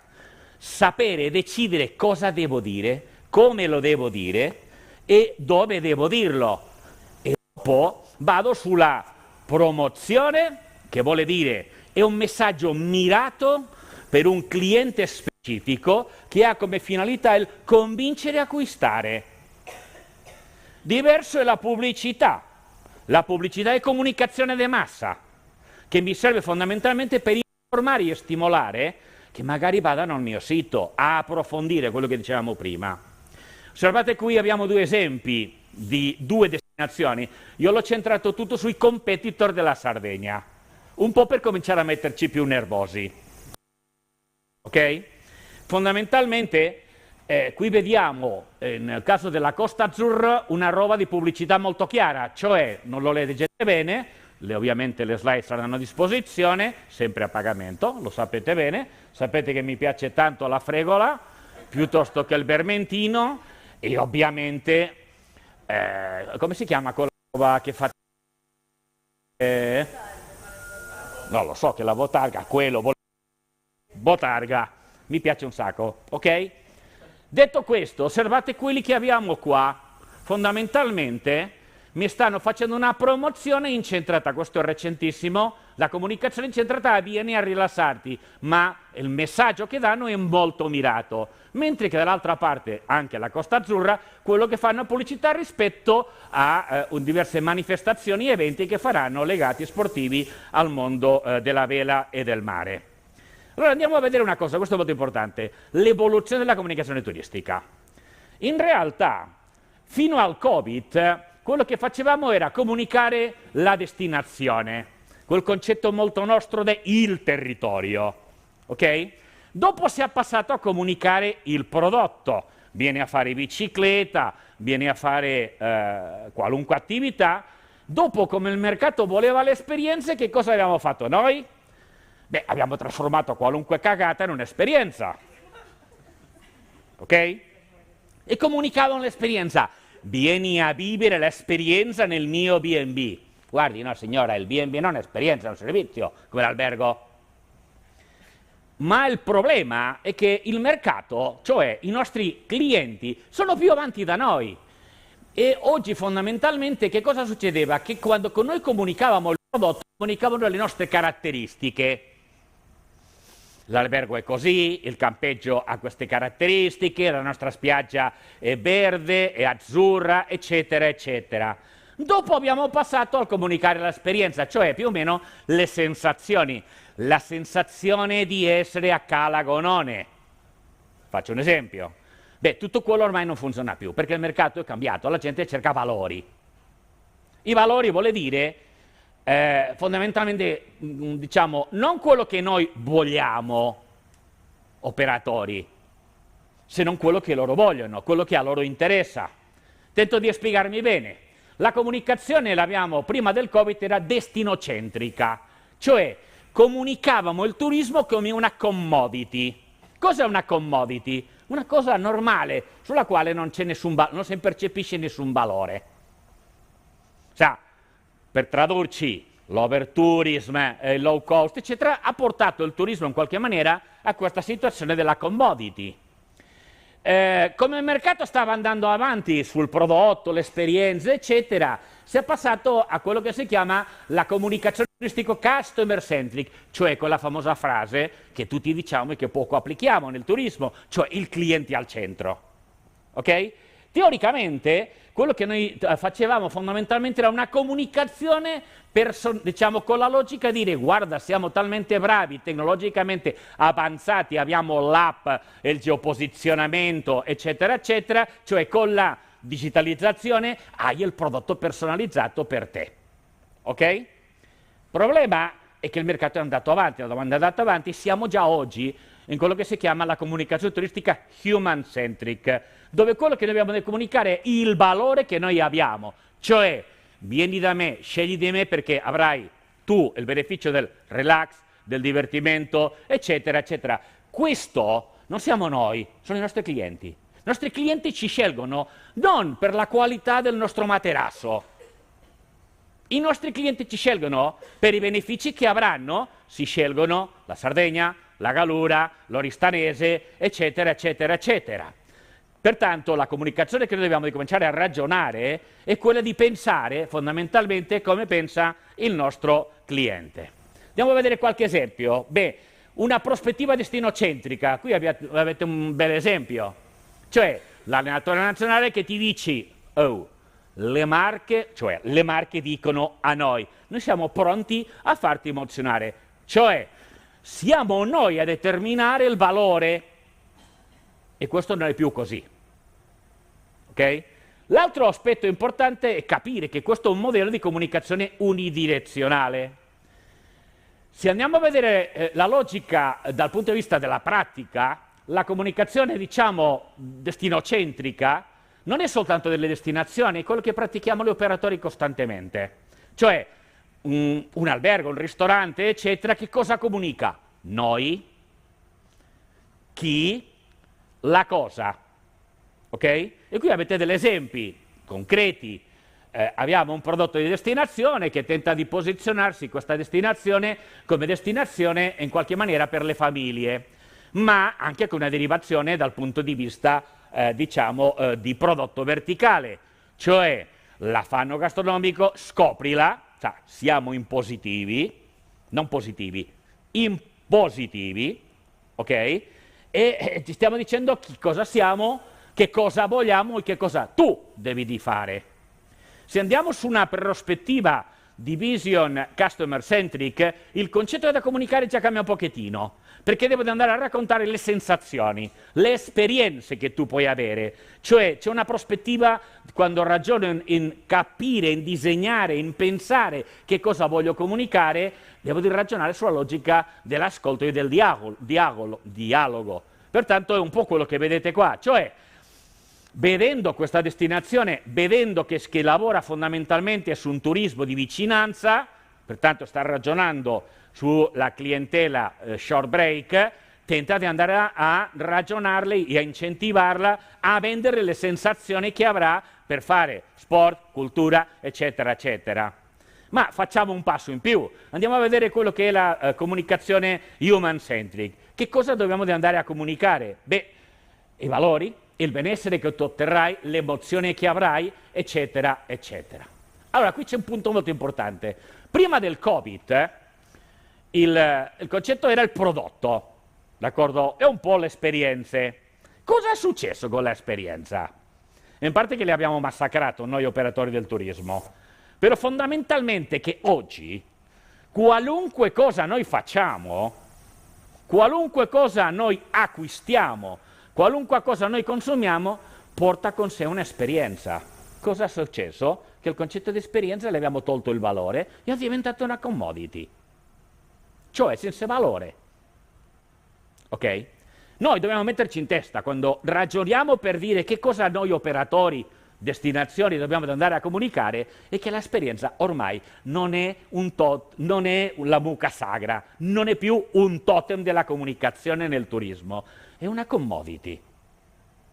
Pertanto dobbiamo fare un passo in più. Un passo in più che, diciamo, ragionare sul fatto che dobbiamo passare da comunicare l'esperienza a comunicare i nostri valori. Cioè io come operatore, qual è la mia identità? Che cosa ti offro? Come ti devi comportare tu con me? Faccio un esempio, osservate qua le Baleari.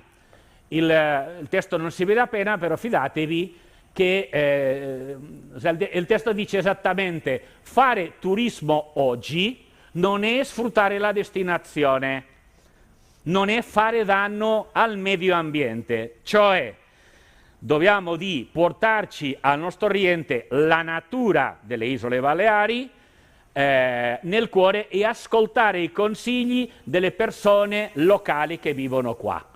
Cioè, questi mi stanno facendo comunicazioni, promozione turistica delle Baleari sotto la prospettiva della sostenibilità e dell'attenzione al medio ambiente.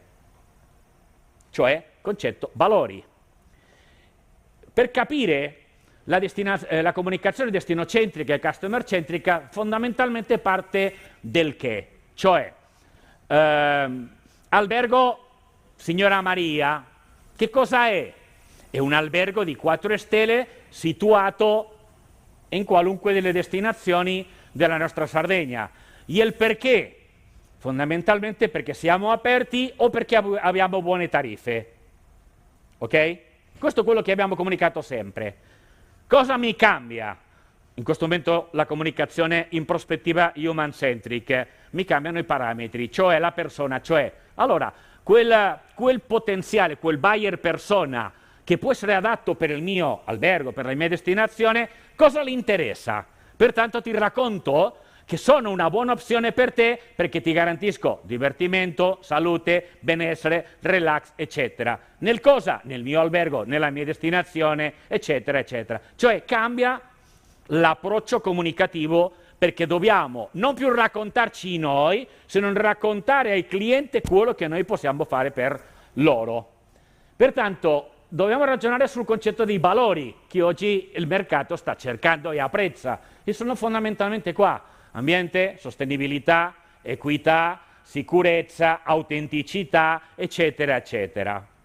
Andiamo a approfondire un elemento che è molto importante, che in realtà i concetti di comunicazione che dobbiamo utilizzare non sono più i nostri, sono i valori dei nostri clienti. Cioè, un cliente, a un turista, voi non le fotte un tubo. Gli interessa a lui. Io scelgo la Galura, scelgo l'aeroporto d'Olbia, magari perché è più vicino a dove voglio andare, non perché Lucio Murru sia simpatico. Beh, a volte lo sei, a volte no, però va bene. Cioè, il concetto fondamentale è che un cliente sceglie per le sue convenienze, cioè i suoi valori. Pertanto, noi dobbiamo ragionare che le parole chiavi sono le stile di vita suo, quello che lui fa, come si comporta. E è quello che noi dobbiamo di avere chiaro quando andiamo a comunicare. Dobbiamo di sapere qual è il cliente che noi vogliamo. Frase che ancora sento da parte operatori di no, a me va bene tutto. Non funziona più. E noi dobbiamo essere consapevoli di questo, cioè al turista non interessi tu, gli interessa soltanto lui stesso. E come deve essere questa comunicazione turistica? Noi dobbiamo cominciare a ragionare, se vogliamo fare per il 2023, non soltanto come destinazioni, sino anche a livello degli operatori, alcuni elementi. Innanzitutto quelli che sono i driver del mercato, della domanda, che sono la personalizzazione, la sostenibilità, eccetera, quelli che abbiamo visto prima.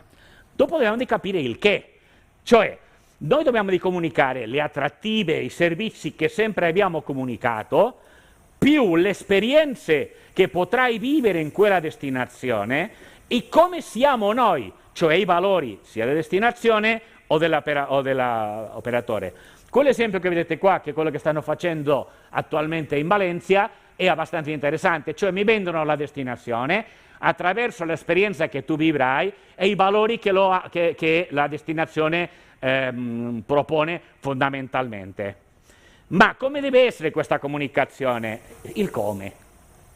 Noi dobbiamo comunicare con assoluta trasparenza, quello che diceva prima Paolo, ok? Con assoluta onestà e con una logica di conversazione, perché il primo canale, noi dobbiamo anche capire una cosa come operatori turistici. I social, che sono quello che utilizziamo maggiormente, servono per attirare l'attenzione, non per vendere. Noi dobbiamo utilizzare i social, e qui la logica di conversazione, per portare il cliente a approfondire e avere maggiore interesse. Dove? Nel nostro sito, la logica dell'inbound marketing. Ok? E di là dobbiamo di sedurre in modo che dica sì, questo albergo, questo servizio, questa attività, questa destinazione è quella che mi interessa e proceda a approfondire e a prenotare. Nel dove, molto importante, noi non dobbiamo comunicare dove vogliamo, dobbiamo andare a comunicare dove si trova il potenziale cliente. Perché se il nostro strumento di base sono i social, li possiamo segmentare molto bene come vogliamo il nostro cliente e quali sono le caratteristiche che abbiamo. Pertanto dobbiamo pensare sulla segmentazione psicografica e anche, dolente o nolente, sulla segmentazione per valori. Che cosa dobbiamo andare a raccontare? La nostra differenza, la differenziazione, il valore, i benefici che il cliente otterrà, si fa la scelta su di noi. E come deve essere una buona comunicazione? Ha una regola. Innanzitutto, quando tu hai pensato l'idea, il messaggio che vuoi comunicare, ti fermi un secondo e ragioni, ti chiedi, se io fossi un turista, questo che mi stai raccontando mi interesserebbe? E vi assicuro che quando ti fermi, nel 95% dei casi, scopri che diresti, uno che mi dice questa roba io non ci andrei mai. Okay? Pertanto, la chiave è smettere di pensare come operatore turistico e iniziare a pensare come un cliente turista. E soprattutto questo è molto importante perché se il nostro primo elemento o strumento sono i social, dobbiamo di essere capaci di guidare il discorso. Arrivati a questo punto, questo ci dà delle opportunità, dobbiamo di attirare i clienti di valore, ma attenzione, un cliente di valore ormai non è quello che paga di più. Un cliente di valore è quello che rispetta e valorizza il territorio e la cittadinanza, le attrattive, eccetera, e anche diventa un prescriptor, cioè diventa quello che diciamo, la gente della comunicazione chiama le ambassador. Io vado sono più della vecchia guardia, vado sulla logica del prescriptor, cioè uno che riesce a parlare bene da noi e anche in qualche maniera a raccomandarci. E soprattutto ci permette per riposizionare sia la destinazione come anche le nostre proposte al mercato, fondamentalmente ragionando sulla logica di comunicare in modo diverso, perché, attenzione, i clienti oggi sono diversi di quelli di 3 anni fa, pertanto non posso raccontarle gli stessi codici, gli stessi messaggi di 3 anni fa, perché attenzione, nel 2022 qui è andato molto bene, come in tutta Italia, ma fondamentalmente perché avevamo il mercato nazionale, l'italiano, ma nel 2023, 2024, 2025 dobbiamo riposizionarci nel mercato internazionale e lì i cambiamenti di codici sono stati molto molto più veloci di quello che abbiamo, come ci racconterà e sa molto bene Maria Elena Rossi, su questa impostazione. Detto questo, andiamo a vedere cosa hanno comunicato in questa stagione o come hanno comunicato i nostri competitor. Io ho scelto quelli che vedete qua, i soliti Baleari, la Corsica, la Croazia, la Costa Azzurra e la Grecia. Andiamo a vedere velocemente gli spot che hanno utilizzato. Iniziamo, vediamo se funziona ovviamente, con gli amici della Costa Azzurra.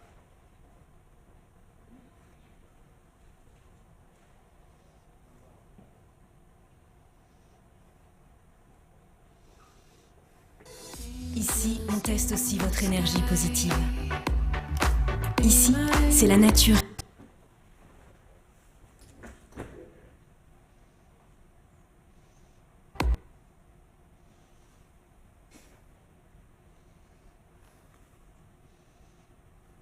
Ici, mettez vos émotions sur la Côte d'Azur. Bene. Bene, si è bloccato tutto.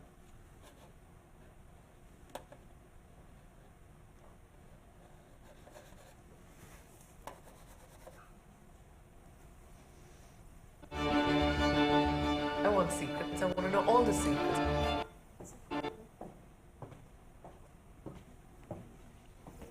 Se vuoi andare davanti faccio io. Vai avanti e li metti gli altri, va bene? Ok, così li commento. Devo ritornare indietro sulle slide. Allora, la Costa Azzurra, se avete osservato, non ci ha venduto niente di quello che noi pensiamo, cioè non ci ha venduto il mare come turismo balneare. Ci ha venduto il mare come, in qualche maniera, elemento di attrattività per tutto l'altro. Ok? Cioè, perché il cliente che loro ritengono che può venire sulla Costa Azzurra non è più la solita famigliola che si mette in spiaggia, pertanto ti vendono anche un lifestyle e ti vendono anche delle attività che uno può fare sulla Costa Azzurra. Se andiamo avanti, non so perché non riparte la...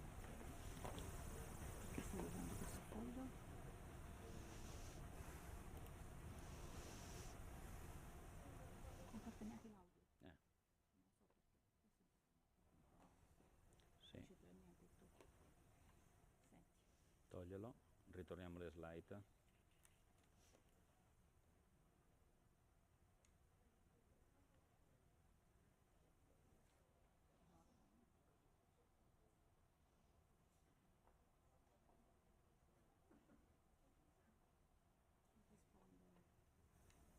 Bloccato.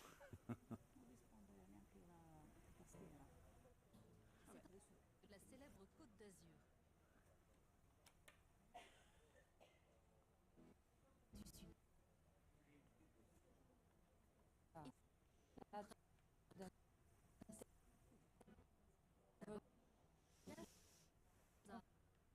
Togli internet perché sta andando in internet magari. a plus de 3000 mètres d'altitude à peine.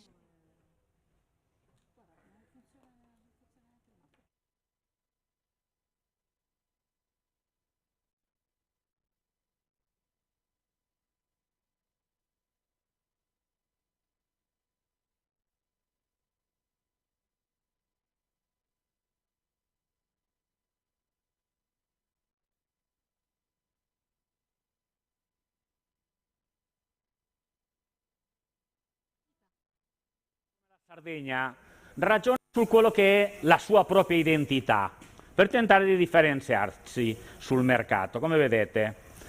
Ma ovviamente, come vedrete, lavorano su aspetti molto chiari.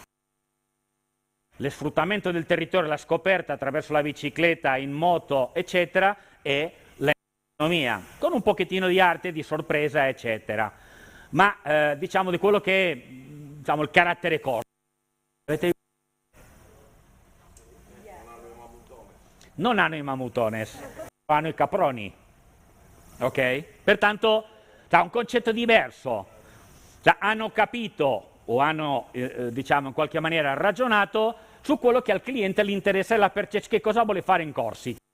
Pertanto hanno fatto una comunicazione dove lasciano molto chiaro nel confronto delle altre destinazioni francesi la sua differenziazione, identità, carattere, eccetera, ma ovviamente con una impostazione verso il prodotto che i clienti cercano. Vediamo altri casi. Vai sulle Baleari.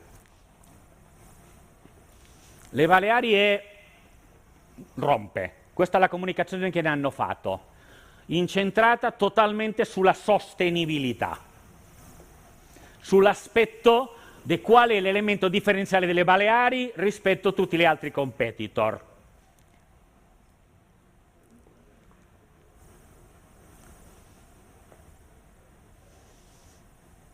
Ok.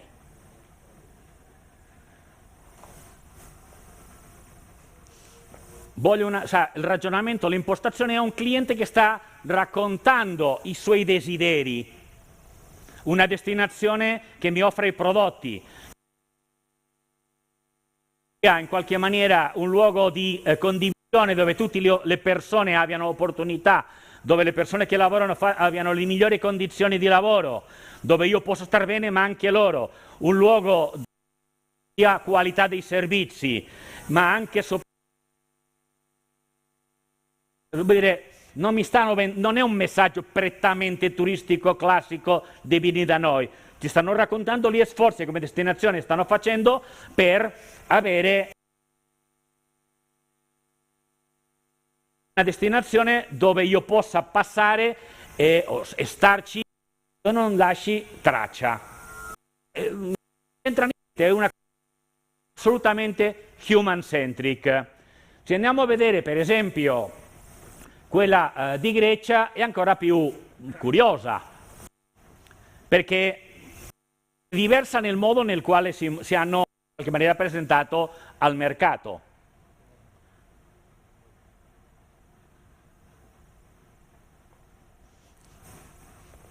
Non è fotografia, è grafica, è tutto grafica.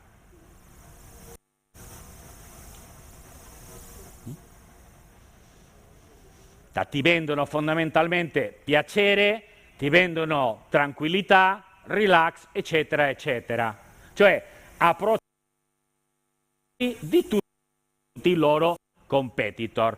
Ti commentano, ti raccontano in qualche maniera le diverse cose che puoi fare in Grecia, che ovviamente soltanto se in spiaggia. Non mi vendono soltanto il mare normale, me lo vendono classico, mi tentano di vendere in qualche maniera una destinazione come la Grecia, le sue diverse isole, ovviamente a partire dal mare, ma che crea sensazioni, eccetera, eccetera. Tutto questo ci dice anche tutte le attività che possiamo fare, pertanto hanno un approccio totalmente diverso.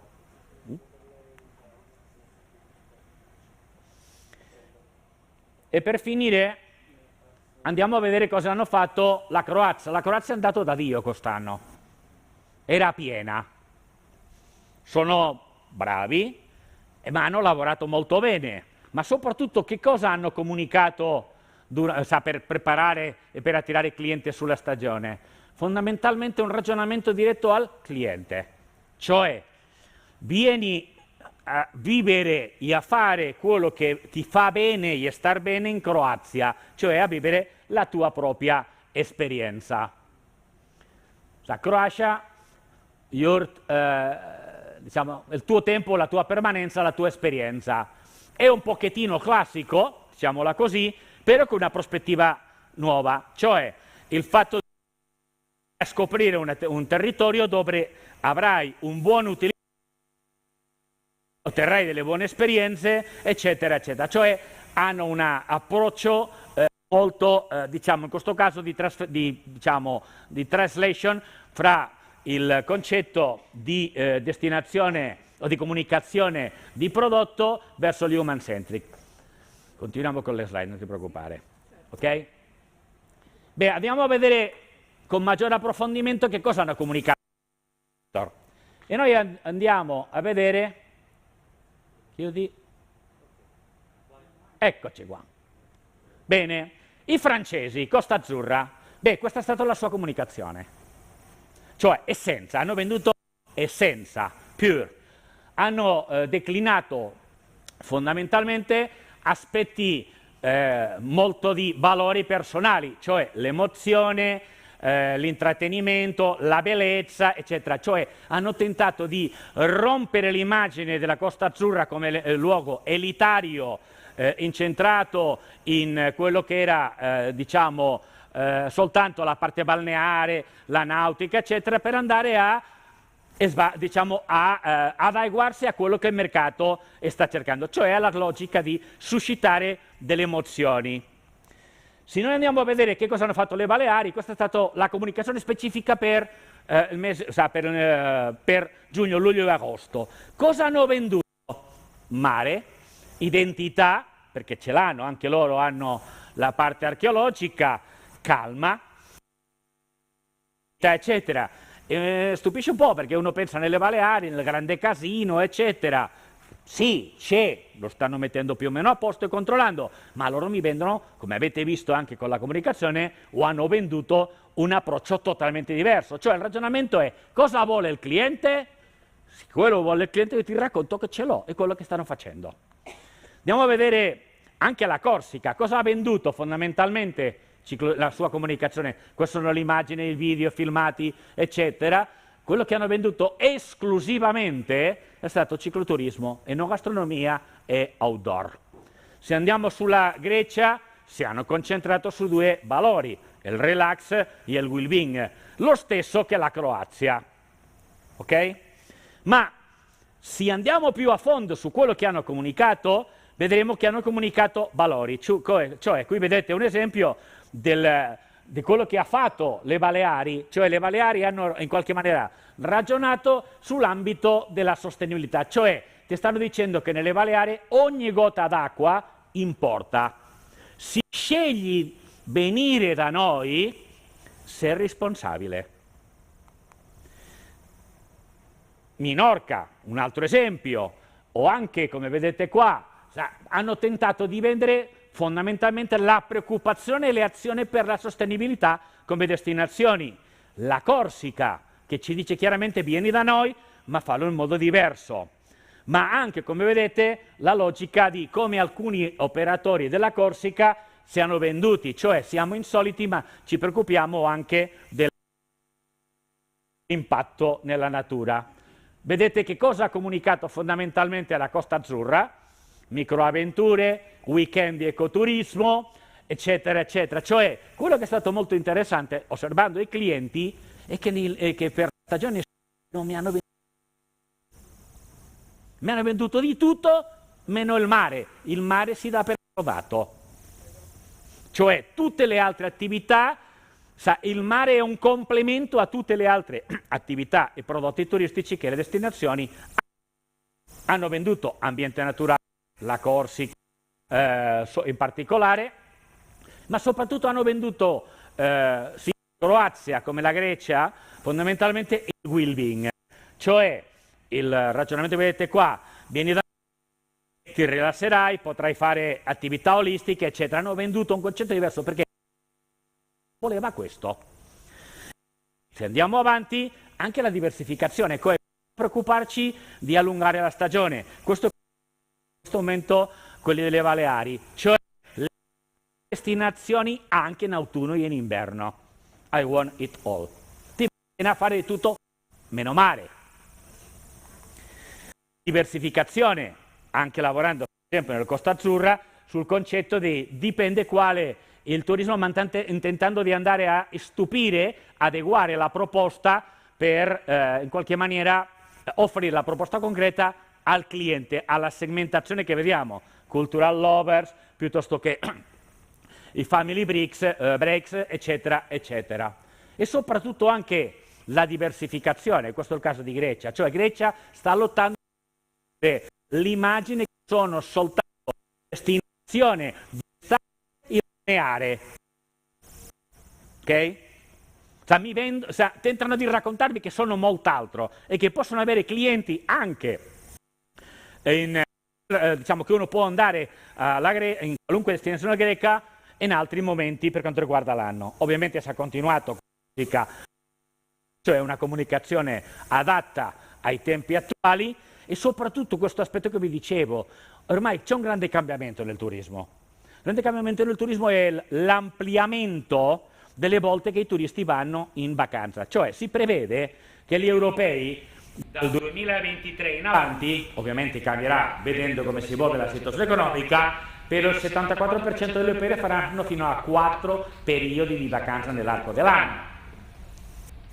Ok? Pertanto io come destinazione devo di lavorare, avere anche proposta e prodotto e comunicare che sono open, che ti posso accogliere. E quello che stanno facendo, per esempio, gli amici delle Baleari con il progetto Winter, piuttosto che la Croazia con la comunicazione su quello che si può andare a fare, diciamo che loro chiamano scoprire il fascino dell'autunno. Lo stesso succede sulla Corsica, cioè il modo nel quale tu puoi andare a fare determinate cose, cioè a incitarti di venire a scoprire la Corsica tutto l'anno. E anche, curiosamente, la Grecia, che per dire è complicata, punta anche sulla questione del short break. E il concetto fondamentale qua è comunicare segmentando bene quello che noi siamo, quello che abbiamo, andando a comunicare al cliente giusto e adeguato. Qui abbiamo l'esempio dei greci e fondamentalmente anche vicinanza, cioè la facilità. Vedete il caso delle Baleari? Beh, le Baleari fondamentalmente non sono più chiuse, sino che ti dicono siamo più vicino. Perché? Perché abbiamo i collegamenti. Ok? Questo è, diciamo, il concetto di base, ma anche quello che sta facendo la Grecia, cioè il fatto di dire noi non siamo chiusi, siamo aperti, siamo vicini, prenditi un aereo, vieni da noi a farti anche un short break. E ovviamente l'autenticità, qui vedete quello che stanno comunicando quelli delle Baleari in Minorca, cioè il made in Menorca, il prodotto, l'autenticità, l'artigianato, cioè tentare di vendere sostenibilità, autenticità, vicinanza, concretezza in qualche maniera. E soprattutto la valorizzazione dell'identità, che ovviamente la Corsica, come vedete, hanno un tentativo di rappresentare l'identità specifica della Corsica con questo concetto in corso di mi chiamo Corsica, cioè un'affermazione di quello che come destinazione turistica mettono in piedi, soprattutto loro pensano molto nel mercato francese, la diversità e la differenziazione rispetto alle altre destinazioni francesi. E andando avanti su questa logica possiamo vedere quello che fanno il caso della Croazia, dove in qualche maniera mi comunicano un prodotto diverso a partire del tipo di cliente che abbiamo, perché ovviamente gli italiani abbiamo determinati comportamenti diversi dai francesi, eccetera, eccetera. E soprattutto quali sono i valori, le esperienze da vivere, quello che puoi sentire, le sensazioni che avrai, ti scegli, si viene a fare delle attività con me, eccetera, eccetera, cioè l'equità e l'inclusione. Tutti questi sono i valori che in questo momento, come conseguenza del Covid, ci fa sentire in qualche maniera a tutti noi un po' meglio. E un po' per chiudere, quali sono le parole chiavi che vi raccomando da utilizzare nelle vostre comunicazioni e anche soprattutto nell'approccio di comunicazione per il 2023. Fondamentalmente quelle che vedete qua. Diciamo la sostenibilità, che pochi hanno capito, che nessuno sa molto bene che cosa significa, però piace ascoltarlo. Pertanto, comunicare gli sforzi che fai per essere sostenibile sono ovviamente oggi un aspetto importante. Qualche momento fa scherzavo con Gianluigi, che tutti conoscete come insopportabile, io chiamo impresentabile, che adesso le cambiamo il nome e lo chiameremo insostenibile. La responsabilità, la natura, l'attività, il che siamo aperti, Mediterraneo, eccetera, eccetera, eccetera. Bene, come vedete è un ragionamento molto semplice. Dobbiamo di fare l'esforzo per passare da una comunicazione turistica classica dove comunicavamo noi, che cosa noi ti offriamo, a una comunicazione human-centric improntata su quello che a te ti interessa, io te lo posso offrire. Ok? Basta. Grazie.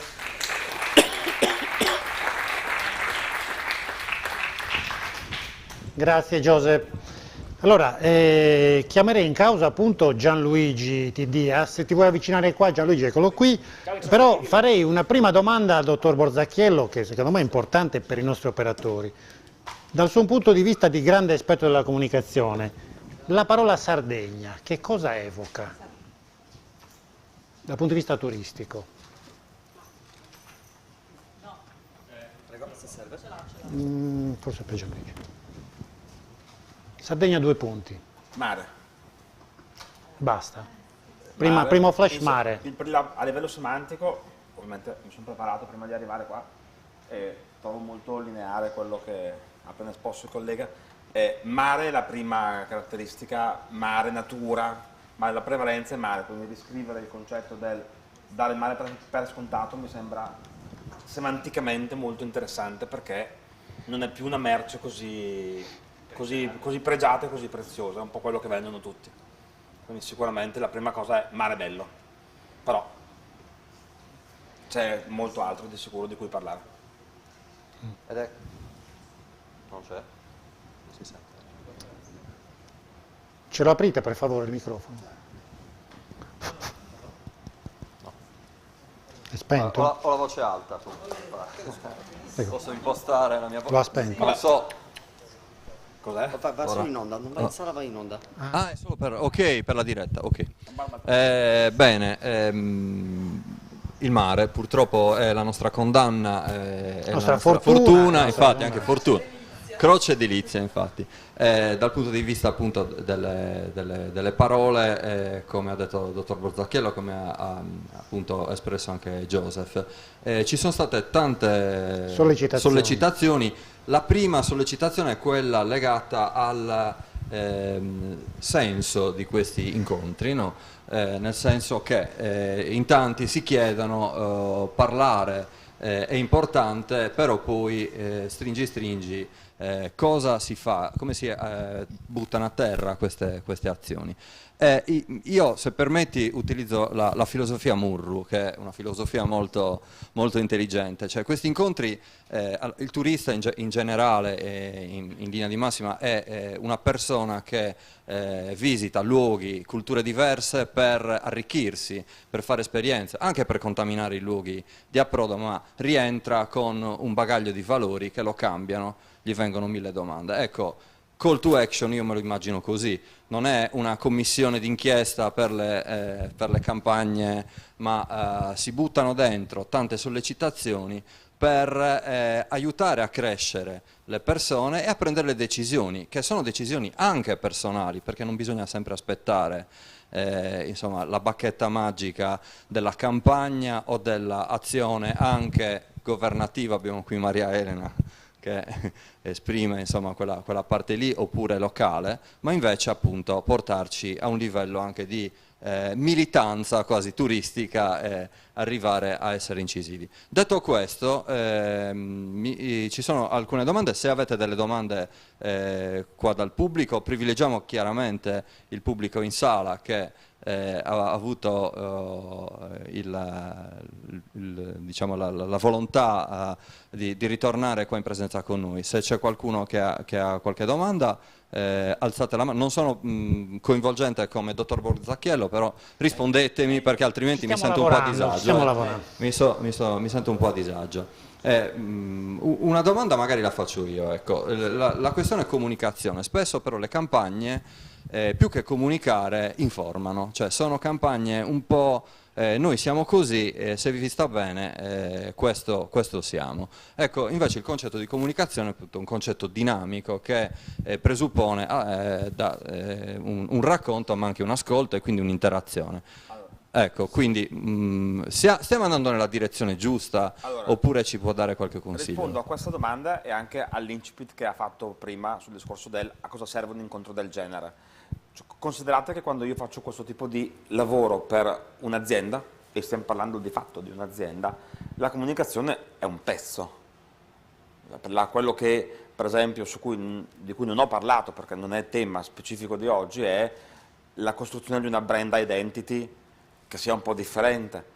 C'è la brand identity, c'è il racconto che decidiamo di fare, c'è la campagna attraverso la quale comunichiamo i nostri valori, la nostra identità, unicità. C'è una strategia commerciale, finanziaria alla base di questo, cioè mai pensare che basti una bella campagna, un bello spot o una bella comunicazione per fare un business di qualità, perché poi alla fine di questo parliamo. Quindi certamente il pezzo del narrare l'esperienza è estremamente importante. Quando ho letto, neanche farlo apposta, far sentire vicino la persona, c'è sicuramente un modo di farlo attraverso narrazioni, parole, storytelling per esempio, che è una delle cose che secondo me dall'esterno un po' manca, nel senso che c'è molto ancora il guarda che figo che sono, che non è il modello che funziona in questo momento, e questo è un aspetto, però dietro c'è di sicuro un lavoro di strategia. Io prima di scrivere uno spot per un'azienda, passo 2 mesi in azienda con gli Excel davanti a capire tutto quello che deve essere fatto, quindi concordo sul fatto che da un incontro del genere uno debba dire ok, comincio a immaginarmi una narrazione differente, comincio magari a cambiare qualche parola o a smettere di dire guarda che mare bello che ho, che sarebbe come se io arrivo qua e comincio a dire ciao sono Paolo, ho scritto 10 libri, ho venduto 100.000 copie e lavoro per tutte le grandi aziende.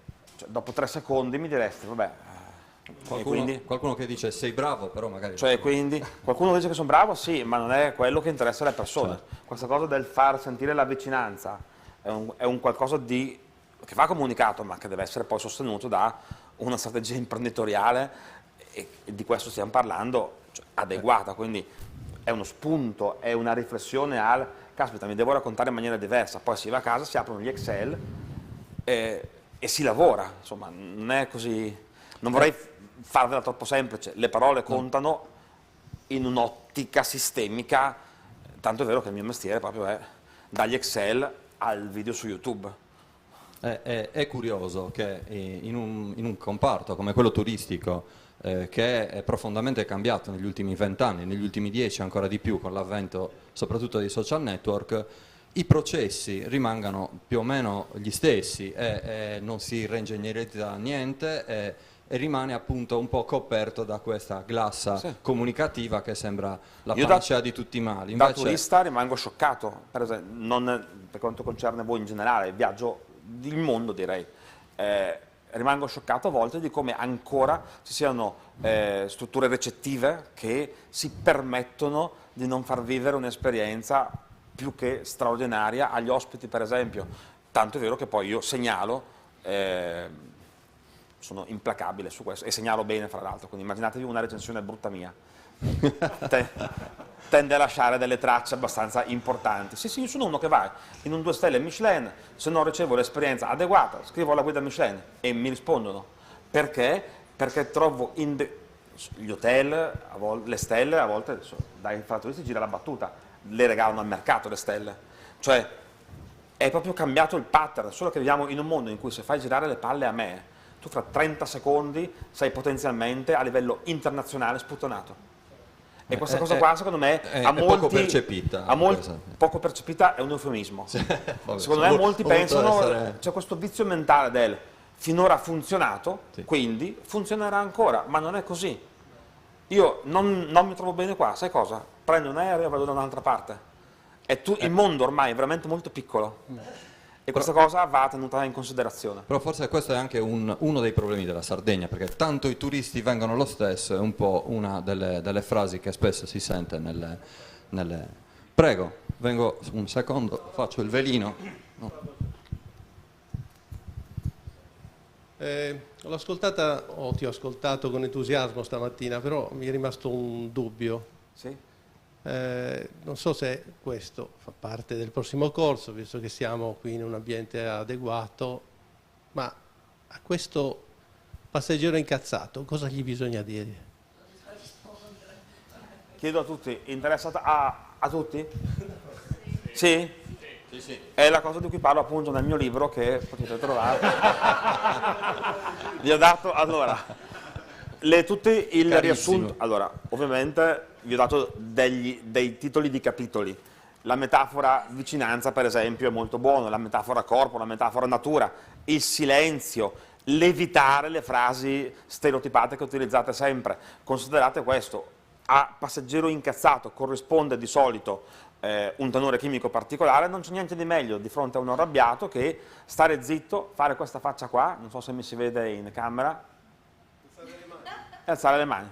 E poi la parte in cui vi ho spiegato nel dettaglio tutti gli avverbi di tempo, provvedo subito, risolvo subito, ci sono delle frasi, c'è un frasario importante che va a ingaggiare la persona e va a creare quel senso di credibilità che non gli si risolve il problema, ma almeno gli fa capire che qualcuno se ne sta occupando. Frasi come me ne occupo subito, adesso sistemo, provvedo io. Questi esordi, dire a una persona per esempio ho capito, è una delle strategie linguistiche più efficaci che voi possiate immaginare. Dire la capisco lo fa arrabbiare il doppio, perché il suo cervello, il suo sistema limbico dirà non puoi capirmi, tu sei lì e io ho le valigie in mano e io ho perso il fottuto aereo, tu no. Quindi dire a una persona ti capisco tecnicamente è un errore madornale. Dire ho capito perfettamente risolve uno dei bisogni, delle istanze più drammatiche per l'essere umano, cioè la paura che tu non abbia chiaro quella che è la mia situazione. Ti trovi di fronte a uno arrabbiato, ascolti senza interromperlo, che già questo sarebbe un miracolo, ascolti in silenzio, respiri, guardi da un'altra parte, e non è una battuta, perché il distaccare lo sguardo dà l'impressione del fatto che tu stia elaborando piani e strategie, poi gli dici tutto chiaro, ho capito perfettamente, e gli fai così con la mano, dici adesso sistemo. Poi magari ci impieghi 2 ore, però intanto lo hai blandito, il priming, la prima impressione linguistica, gli dirà questo mi ha ascoltato, ha capito, sistema. Hai risolto il viaggio mancato? No. Hai cancellato il ritardo? No. Però dirà, comunque lui è stato bravo. E questa cosa qua si trasforma poi in racconto dell'esperienza.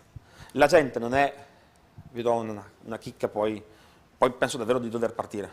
Perché questa cosa del 5 secondi, vedete gli avverbi di tempo come sono a volte curiosi. È un test per vedere poi come si comporta all'aeroporto. Ma io sto bene, poi dipende sempre dalla volontà. Vi do una chicca. La gente, in generale, le persone, non parleranno di voi per quanto bravi siete stati. Raramente si parla di quanto bravo uno è stato. Parlano 10 volte di più di come avete gestito un problema. È una cosa affascinante. Se tu fai un'esperienza totale, è difficile che uno faccia io guarda quando scrivo alla guida Michelin, perché sono un rompipalle di quelli foto, altro che è lui che diceva sostenibile, peggio, non so. Non scrivo mai quando vado in un 2 stelle e scrivo che bello, è raro. Però se mi sgarri e non risolvi, ti faccio il romanzo, ti faccio la parola magica di Paolo. È così le persone. Sono delle catene di alberghi, senza far nomi, che predispongono dei danni alle camere attraverso un sistema, un algoritmo, per cui a nessuno capita 2 volte la medesima camera, però è statisticamente previsto che in quella camera domani una lampadina non funzionerà. Lo sanno, l'ospite arriva, sono pronti con la lampadina, l'ospite chiama, sale il tecnico, cambia. Recensione. Mi è successo questo, in 3 secondi l'hanno cambiata, mi hanno dato la frutta. È lavorare sulla gestione dei problemi, che è una cosa che spesso manca nel turismo. E questa è una cosa interessante. Più le metafore, gli avverbi e tutto quello che volete fare.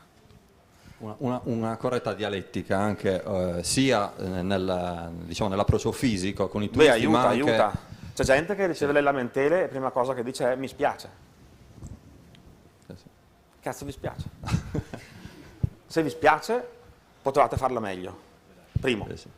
Secondo, dire mi spiace significa fare così col collo e dire mordimi, azzannami e fai di me quello che vuoi. Volete gestire una persona arrabbiata, non è con la prostrazione, la giustificazione e il mi dispiace. E sarà anche a voi capitato, un passaggio del, mettiamoci nei panni del turista, a voi capita di andare in un ristorante, a chi capita di fare fatica a lamentarsi quando le cose non vanno bene?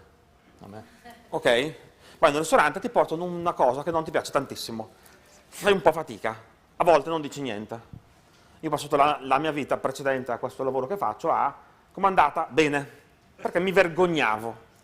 Adesso, quando qualcuno esce con me o nel mio team o qualcuno che insomma, ho intorno, mi dicono speriamo che non chiedano a Paolo com'è andata. Perché glielo dico, ieri sera ero a cena, mi fa com'è andata, dico guarda, questo molto bene, la pasta, dico, al servizio della pasta a mia figlia, dico è inqualificabile. Perché poi uso aggettivi che terrorizzano, questo è molto buono. Però se vuoi una cena pagata è una strategia. Morale. Fai fatica a esprimerti. Una volta è capitato che hai avuto il coraggio e hai espresso qualche lagnanza? Una volta? Succede di solito che quando uno trova il coraggio e dall'altra parte trovi uno, ah mi dispiace, tu ti senti un po' più e vai avanti, giusto? Quello si scusa e tu ti senti ancora più in diritto di... E questa cosa funziona. Più vi spiacete, anzitutto ripeto, vi esponete a... Cioè, tu di a me che ti dispiace, io ti chiedo, ti dispiace davvero? E se dici sì, sei incastrato in un cul-de-sac, si chiama, in cui poi ti faccio fare quello che vuoi, non è una battuta. Piuttosto un, caspita, ma perché dispiacervi di cose che magari non vi riguardano? Perché la maggioranza poi ci dispiacciamo di casini degli altri. Cioè, attenzione a questa cosa, ci sono 10.000 modi per risolverla a livello dialettico e mettere le persone al loro posto, perché la verità è che non è il problema, è il modo in cui poi tutto il contesto contribuisce ad esasperare quel problema. Nessuno toglie la rabbia a uno che ha perso il viaggio, cioè, sto parlando di quello. Però poi c'è una cosa che si chiama ricordo, e quello lo gestite, neanche prostrarsi troppo, quando il cliente è incazzato anche il mi scusi, mi spiace. Zerbinismo. Non funziona quella roba lì. Peggiora la credine delle persone, la peggiora. Io voglio gente che quando gli parlo mi dice ho capito, adesso sistemo. Stop. A me degli inchini non mi frega un cazzo, voglio che mi risolvi o che mi dici che lo farai, che poi per il cervello diventa lo stesso. Mi sembra una bei consigli. Anche a me. Anche... Bravo. Sì. Sì. In effetti. Sì, in effetti. Anche troppo poco. Il discorso appena detto, cioè di quanto fisicamente ci si debba rapportare con i clienti, con gli ospiti, con i potenziali clienti, quanto poi invece viene un po' deformato in questo piano parallelo misterioso chiamato internet, social network e via dicendo. Cioè spesso chi gestisce il cliente anche bene con gli strumenti diciamo analogici, in digitale invece tende a non avere la stessa strategia, la stessa percezione, lo stesso approccio e esistono dei problemi perché, come diceva Joseph prima, la gran parte del mercato ormai, soprattutto di ispirazione, di scelta, avviene nel digitale, quindi quanto è importante saper anche comunicare nel digitale e non pensarlo appunto come un universo parallelo con altre regole e soprattutto altre ricadute. Faccio l'esempio, vi do due risposte molto veloci. La prima, di fatto, è l'intervista che stamattina mi hanno fatto e mi hanno chiesto come trattare con i social, come usare il digitale e io ho risposto pochissimo, perché piuttosto di farlo male, niente, nel senso poco e bene. Seconda cosa, vi faccio l'esempio della campagna elettorale che è appena successa, che è appena intercorsa, lo sbarco dei politici su TikTok, che io nella mia esistenza gli faccio consulenza a metà dei politici che avete visto in Parlamento, comunque ci ho lavorato. Io non ho mai visto una cosa così brutta e patetica e oscena come quella di questa volta. Lì che cosa c'è stato? C'è stata la presunzione di certi personaggi di dire tanto parlare, lo faccio in televisione, lo faccio su TikTok. Questa cosa qua è da considerare, perché il social nasce come divertimento, come cosa funny, in realtà è un mestiere che andrebbe studiato tanto quanto, cioè non mi improvviserei mai medico, con la dovuta proporzione si intende, non mi dovrei improvvisare come molti hanno questa cosa del mio cugino fa i video, il mio amico, ma sì, la comunicazione la faccio io, ma sì, il copy la faccio io. Beh, io mi occupo di neurosemantica, vi posso dire che una parola sbagliata vi fotte il post della comunicazione per i 10 anni a venire.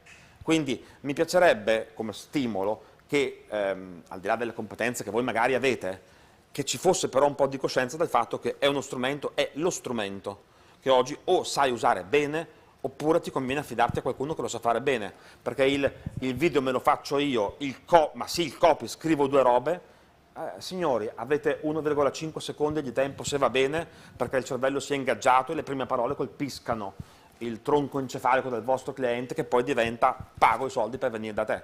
Se sbagliate la prima riga, vende qualcun altro. Cioè il bouncing sul vostro sito internet, cioè quanto uno arriva e rimbalza, adesso non è neanche di un secondo, guardi e scappi. O sbagliate forte, o scegliete la parola giusta, o sbagliate forte. Solo che non viene trattato in maniera professionale. Io sento ancora aziende che dicono, ma sì, il social lo facciamo interno. Sì. Apriamo una pagina. E io dico, cosa fa interno di che cosa? Gli chiedo le competenze, mi dico, fammi vedere, lo shooting lo facciamo noi. Io mi occupo anche di art direction per le aziende, cioè, la mia azienda fa un sacco di roba. Io dico, lo shooting lo fai tu? Guardo, e queste qua sono fotografie, non è uno shooting, che è una cosa molto diversa, e lì ti bruci, cioè non è trattato in maniera professionale, andrebbe trattato in maniera ultra professionale, perché quello fa la differenza. Se sbagli quello, puoi fargli l'esperienza più bella del mondo, ma se non è raccontata bene, è Kahneman, Wise Yati, what you see is all there is. Quello che vedi è l'unica cosa che c'è. Punto. O gliela raccontate bene o siete morti. Non c'è verso di uscire da questa cosa. Quindi parole, linguaggio, parole, attenzione, linguaggio, coerenza, uso stratosferico del social, affidarsi a uno storyteller. Non è una roba che faccio io di mestiere, quindi non è, lo dico. Però c'è nel libro. Però dai, il mare è più bello, mangia bene. Io quando sento cliente al centro ho i conati di vomito. Leader del settore, cliente al centro, la qualità per noi è importante. Pensa, dico. Se parlate come parlano tutti, sapete cosa? Vi tratteranno come trattano tutti e varrete quanto tutti. E non vi ascolterà nessuno. Non la caga nessuno, è così.